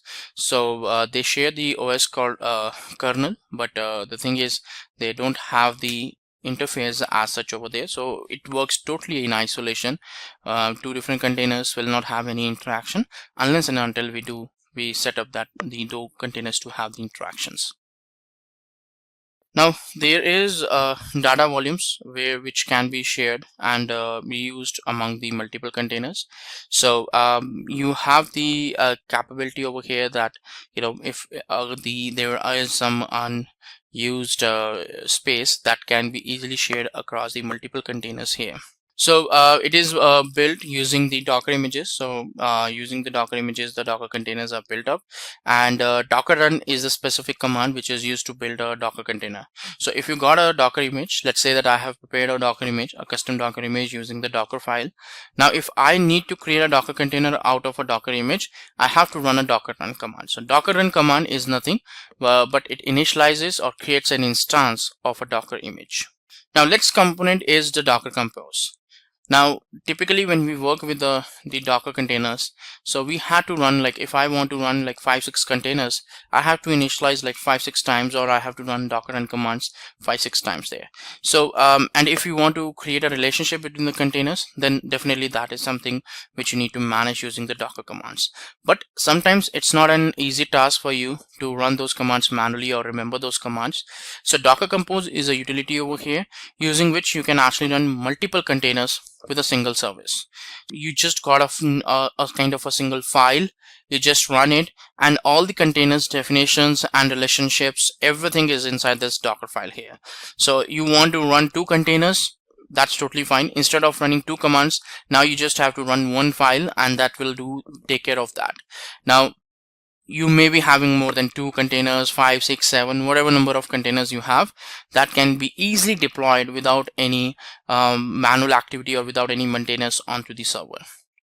So these containers totally run in isolation, but yes, you can establish the interaction, that how they want to interact with each other, and that interaction you can put up in these Docker Compose file. So Docker Compose file is something which is written in a YAML format, and in this you define that okay, I need 2 containers, and this in this image should be there. These are the parameters which you need to run, and if you want to have the interaction or the linkage between the images, that also you can establish within this YAML files, or within this Docker Compose file here, right? So let's say, for example, I want to have an application which requires Apache Web Server and MySQL database. Now I can create a Docker Compose file which can run both containers, and without, you don't require to restart or start them separately or initialize them separately. So I will be having a final Docker Compose file which is having like containers like Apache containers and MySQL containers, both inside a single Docker Compose file here. So that's the benefit you're going to get, because now you don't have to run them separately, separate Apache and separate YAML MySQL. So you can get it done with the help of a single Docker Compose file here. Now what exactly is the Docker Swarm? Now Docker Swarm is a inbuilt, or it's a default orchestration tool which is being provided by the Docker itself. It's a service for containers which allows the IT administrators and the developers to create and manage a cluster of Swarm nodes. So in a typical world, when you do the installation of Docker, there is a limitation that some of the features like high availability, multiple instances, or scalability, all these things are not possible as it is with the core Docker. Now on top of that, you require the orchestration tools like Docker Swarm, where you have a swarm of node machines, 5-6 node machines are there, on which you can have your highly available application infrastructure implemented. Now this one means that if I want to run my applications 5 containers, 6 containers and 7 containers, for that purpose we are using the Docker Swarm. So each node of Docker Swarm is having a Docker daemon which is used for performing the interaction. So there will be a master node which is available, so it will be interacting with all the node machine on all the client machines, and this interaction will be in such a way that it will let them know, okay, I want to deploy the container or onto the node 3, so it will perform that activity and the container will be up and running on the node 3 there. So a swarm consists of 2 type of nodes. One is the manager node and one is the worker node. So manager is the master node which you can refer, and the worker node is the one which is actually doing most of the work. So the manager node is not something which is expected to host anything apart from the main component, but yes, you can always configure if you feel that you want to only deploy the container on the worker node. So that also you can do during the deployment of the containers. So manager will keep on connecting to the different worker nodes there, and whenever new request comes in, so it will basically try to connect and see that okay, I just want to go ahead and deploy a container. So it will do the deployment of the container on the worker node. So the main work will be done by the worker nodes, and manager is just doing the management of all these resources. The worker nodes will be definitely receiving the request from the manager, and it will be proceeding and performing those activities. And if for some reason worker node is not active or online, so the master node will not be able to deploy the containers on that server. So right now, let's talk about a demo in which we have to create a Docker image using a Docker file on the Ubuntu 20. So we want to use a base operating system as an Ubuntu 20 there, and using that we are going to create a custom Docker image. So let's connect to our virtual machine and see that how we can do that. Okay, so as part of this demo here, we are going to prepare a Docker image, and in that we are going to use a base image of Ubuntu. So let's take an operating system of Ubuntu 20. 20 is the latest version of the Ubuntu operating system. So I have got a server, so let's see. So first of all, we have to install the docker.io package, which will install the Docker package, and then we can enable the service. We can make sure that the Docker service is up and running, because if the service itself is down, then we will not be able to perform any activity. And then a sample, if you run docker run hello-world, so that is going to pull a Docker image from the Docker hub, and a particular activity will be done to you. So once that is done, so we can say that okay, the container is up and running and everything is got over there up and running. And then you can also try some of the Ubuntu Docker image also. If you feel that you want to try, you can do that. But the main demo which we need to do over here is that we need to prepare a custom Docker image, and in this one we will be having we will be using an Ubuntu base operating system. On top of that, we will be installing PHP, Nginx, all these different components. So we are going to have a PHP based website hosted onto the Apache web server as an Nginx, and then we will be able to access that application. So the very first thing which we need to do is that we need to create a folder. Let's say that I just create a particular folder called Nginx-image, and then I create a Docker file over there.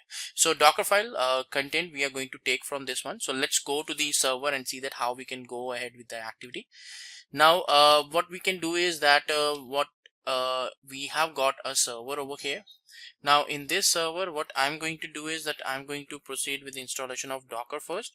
Now when I do the Docker installation first, so what will happen, that I will be able to have my Docker installation completed, and then further on I can take the further steps of having the accessibility of going through the understanding that what is this particular platform, or how to prepare different kind of containers.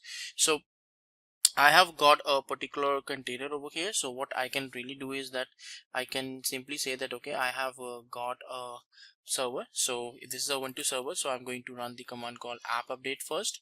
Now this will do the update locally, so all the links and everything will be updated. Now the whole idea about doing the updates is that so that I will be able to have establish the fact that I'm trying to connect to the Ubuntu URL, so that at any moment of time I should be able to fetch on the latest packages. Now once that is done, so I'm going to run the command called apt install docker.io. Now the moment I do this, what will happen, that it will try to download some packages. It will ask for the confirmation. You can give your confirmation, and I can say yes. The moment you give the confirmations, the download of the packages will proceed over here. Step by step it will download the packages and the installation will go on. Now once the installation is done, so what you can do is that you can see that Docker is deployed into your system or not. You can run docker version command, or you can also use the service command to check, to make sure, to ensure that the Docker service is always up and running. If the service is not up and running, you have to make sure, you have to enable it, you have to start that service. So these are some couple of steps which you need to do in order to make sure that your connectivity or your environment is ready with the Docker installation. And once the Docker installation is done, then only you will be able to proceed further with the further activities like preparing the containers, preparing the images and all that stuff. But if you don't have the Docker installed prior to that, then definitely it's going to be a problem. So just make sure that before even doing any kind of activity, before even doing any kind of steps, we ensure that the Docker is fully up and running.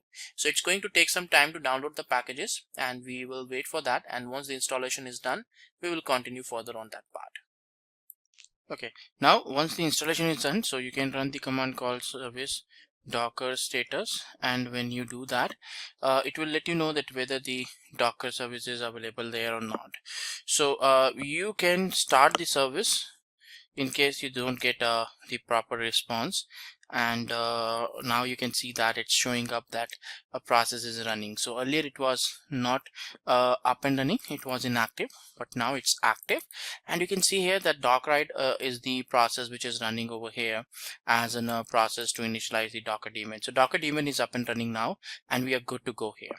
So now if we go and say like docker run hello -world, so we are doing a validation to our Docker instance that whether our Docker instance is working fine as expected or not, because if there is any kind of problem with the Docker daemon and Docker daemon is not up and running properly, we would be able to get an error message over there. But right now there is no error message, which represents that yes, you are pretty much running the Docker image and it's giving you the proper response. So you will be able to see the Docker images when you run. So you will be able to see that the Docker image is pulled down to your system, and definitely you have executed that and it got you the response.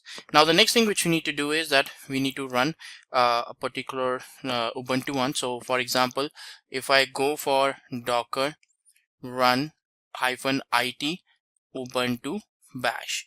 So what exactly we are doing in this one is that we are pulling down a Ubuntu Docker image and we are running the bash executable on top of that. The whole purpose of doing that activity is that so that if I want to do some process or I want to perform some activity, I should be able to connect to that Docker image. So the moment I do this, first of all, if this Docker image is available locally, that's great. It will immediately create the container. If the Docker image is not available locally, the very first thing which it will perform over here is to pull down the Docker image, the correct one.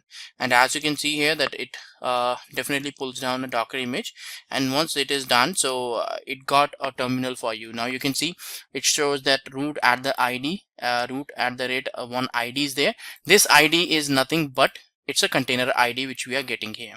So definitely you are inside the Docker container, and when you run the Docker, when you run the exit command, you will see that you have come out of the Docker container over here. And the moment you run docker ps-a command, you can actually see also that how many container you deployed so far. So you ran hello world, you ran the Ubuntu one, both of them are stopped there. You can see the exit 0 in the status over here, because both of them are something which you ran in the interactive mode, so they are down. So if you want to keep your container up and running, you need to have a container which runs in the dash mode and always up and running. But for that, you have to go ahead to the level where we need to create a custom Docker image and do the setup accordingly. So let's see that how we can do that. Now I'm going to create a particular folder called nginx-image. You can pretty much give any name, whatever name you feel you want to perform, you can do that. Now in this one, I'm going to put up a file called Docker file. So let's see that what content we need to put as such when we talk about the Docker file, because whatever content you put over here, that is what according which the Docker image will be prepared. Now here we have to talk about, so first we have to see a base image. So we are saying that okay, Ubuntu 20.04 is what I want to use. Then we are giving some labels. Now these labels are used to give some information like what is the version, who is the maintainer, what is the description. You can do the customizations to this one. So these labels are actually defined and utilized so that I will be able to give an information that okay, so and so developer is something which we can contact. So if there is any kind of problem with the Docker file or with this build script, we have to reach out to that specific person. So this is what we typically do with the labels here. Now we also have to set up a parameter like Debian_frontend as in non-interactive, because whenever we talk about any build process in Docker file, it cannot be there in the interactive session. It should be there in the non-interactive. And definitely a typical scenarios like you can run app update command, and then we are installing the PHP, Nginx, supervisor, all these things we are doing the installation. We are using the run attribute, run a particular step, and in there whatever the commands are executed, these statements will be executed when we will be doing the build process.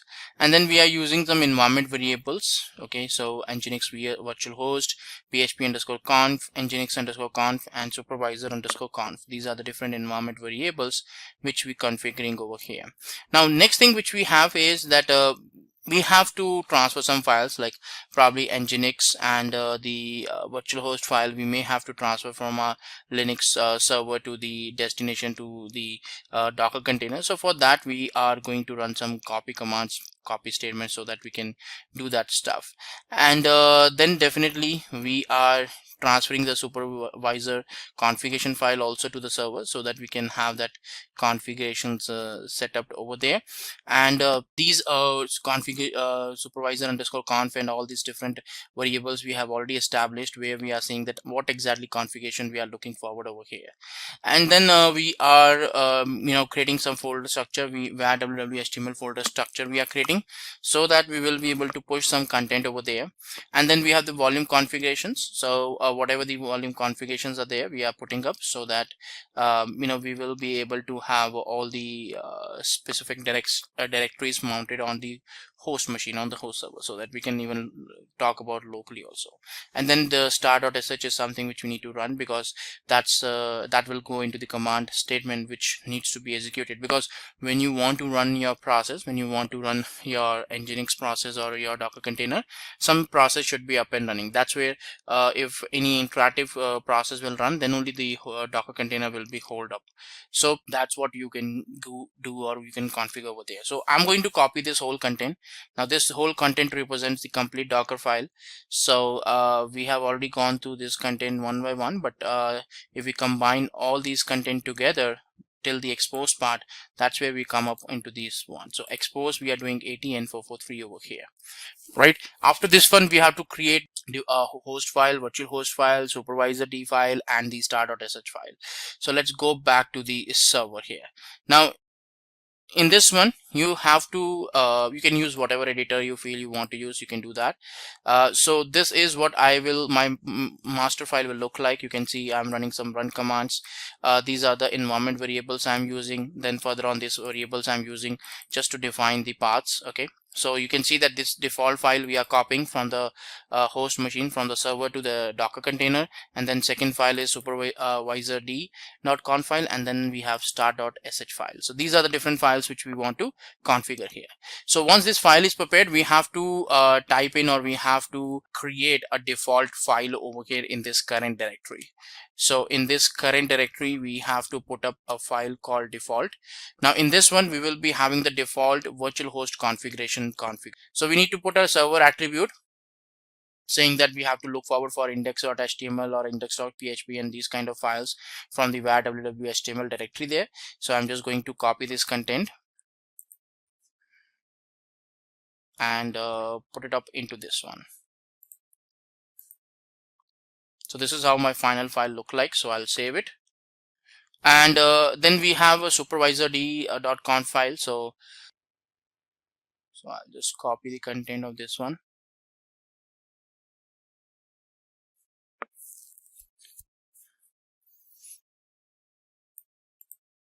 I'll copy it, and we have to create a file called supervisor d.conf file.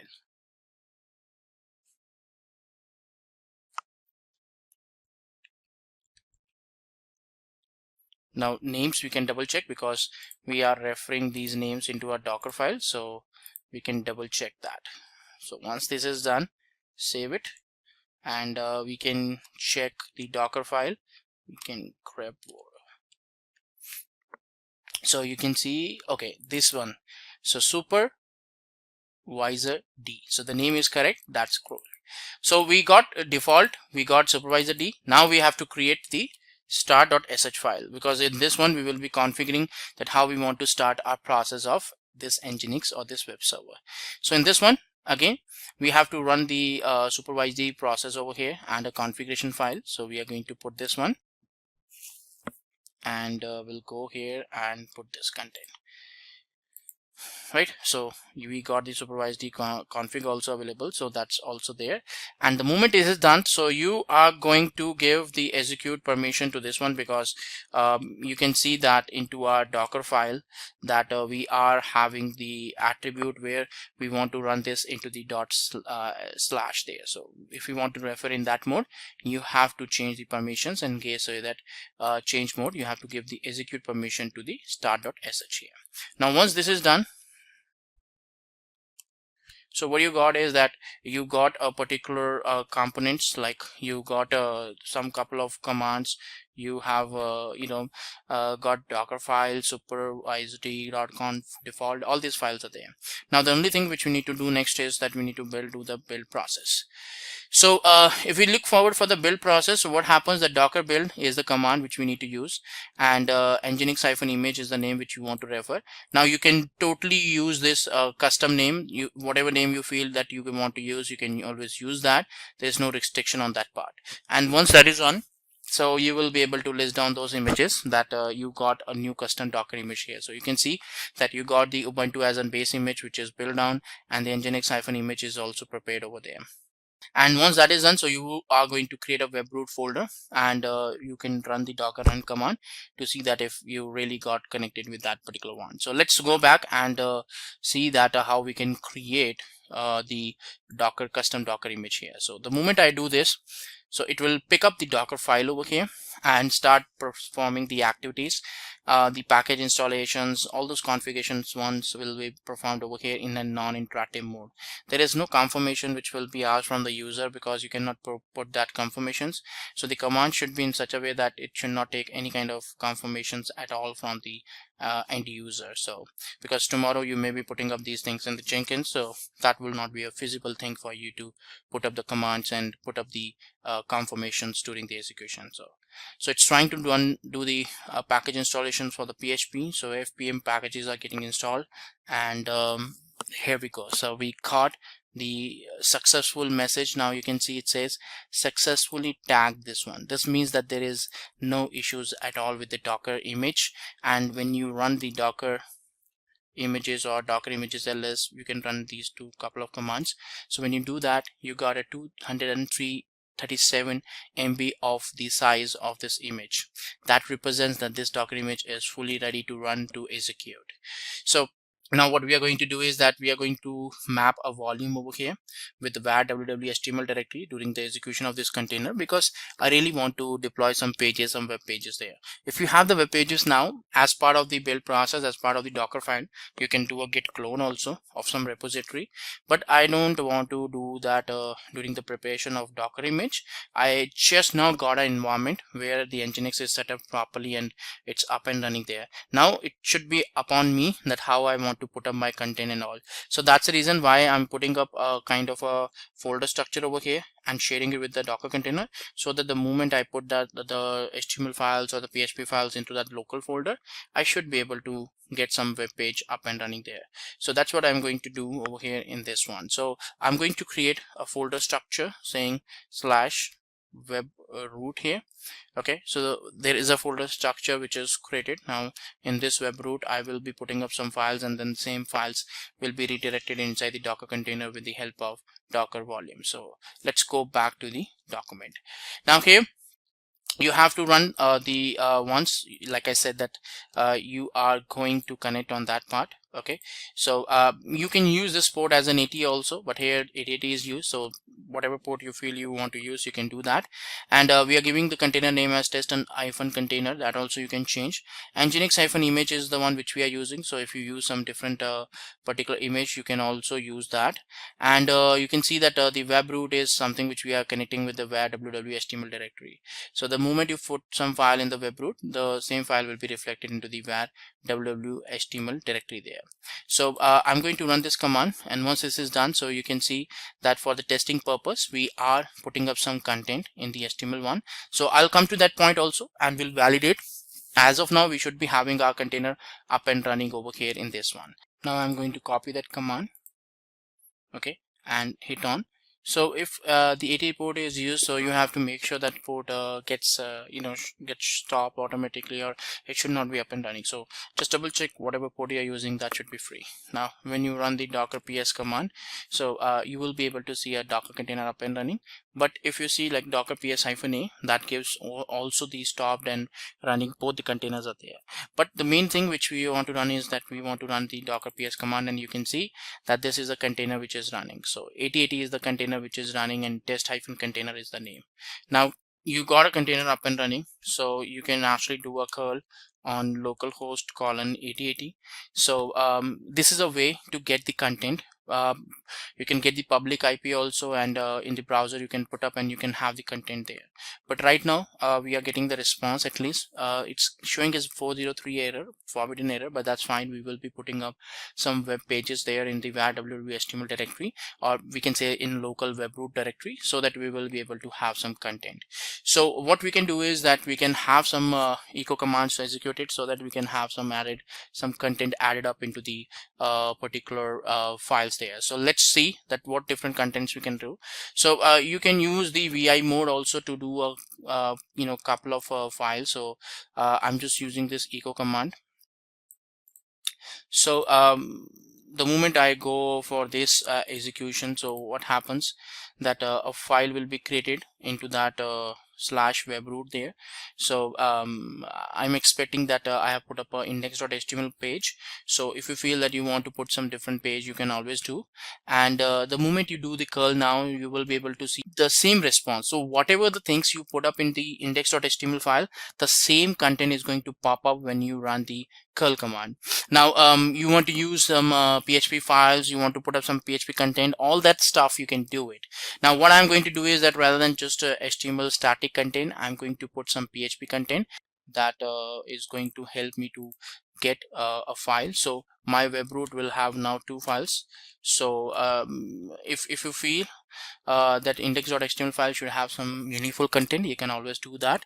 You can pull some of the websites also. You can put that into the, you can do a git clone in the webroot, and the whole application will be started.